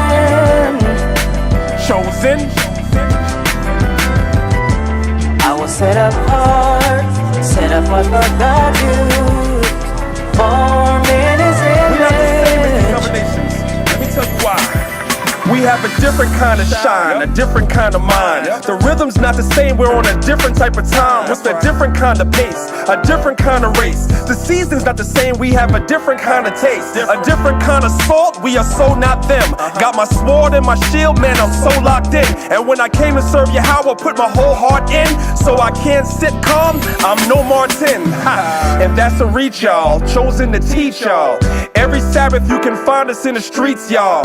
Danyaahla, my nickname is Priest, y'all. In the gym, they say that I'm a beast, y'all. Set apart, the nations all hating me. Set a trap, they lying in wait for me. Chris Paul, they don't wanna play with me. But if you love me, I'm asking that you pray with me.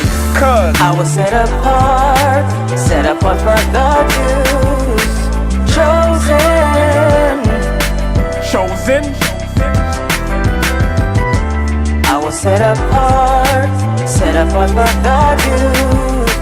Formed in His image. Chosen. And thou art an holy people unto the Lord thy God. The Lord thy God have chosen thee to be a special people, chosen above all people that's on the face of the earth. That's Deuteronomy 7 and 6. That's you, black and Latin man. Chosen. That's you, black and Latin woman. Yeah. And we've been chosen. Chosen.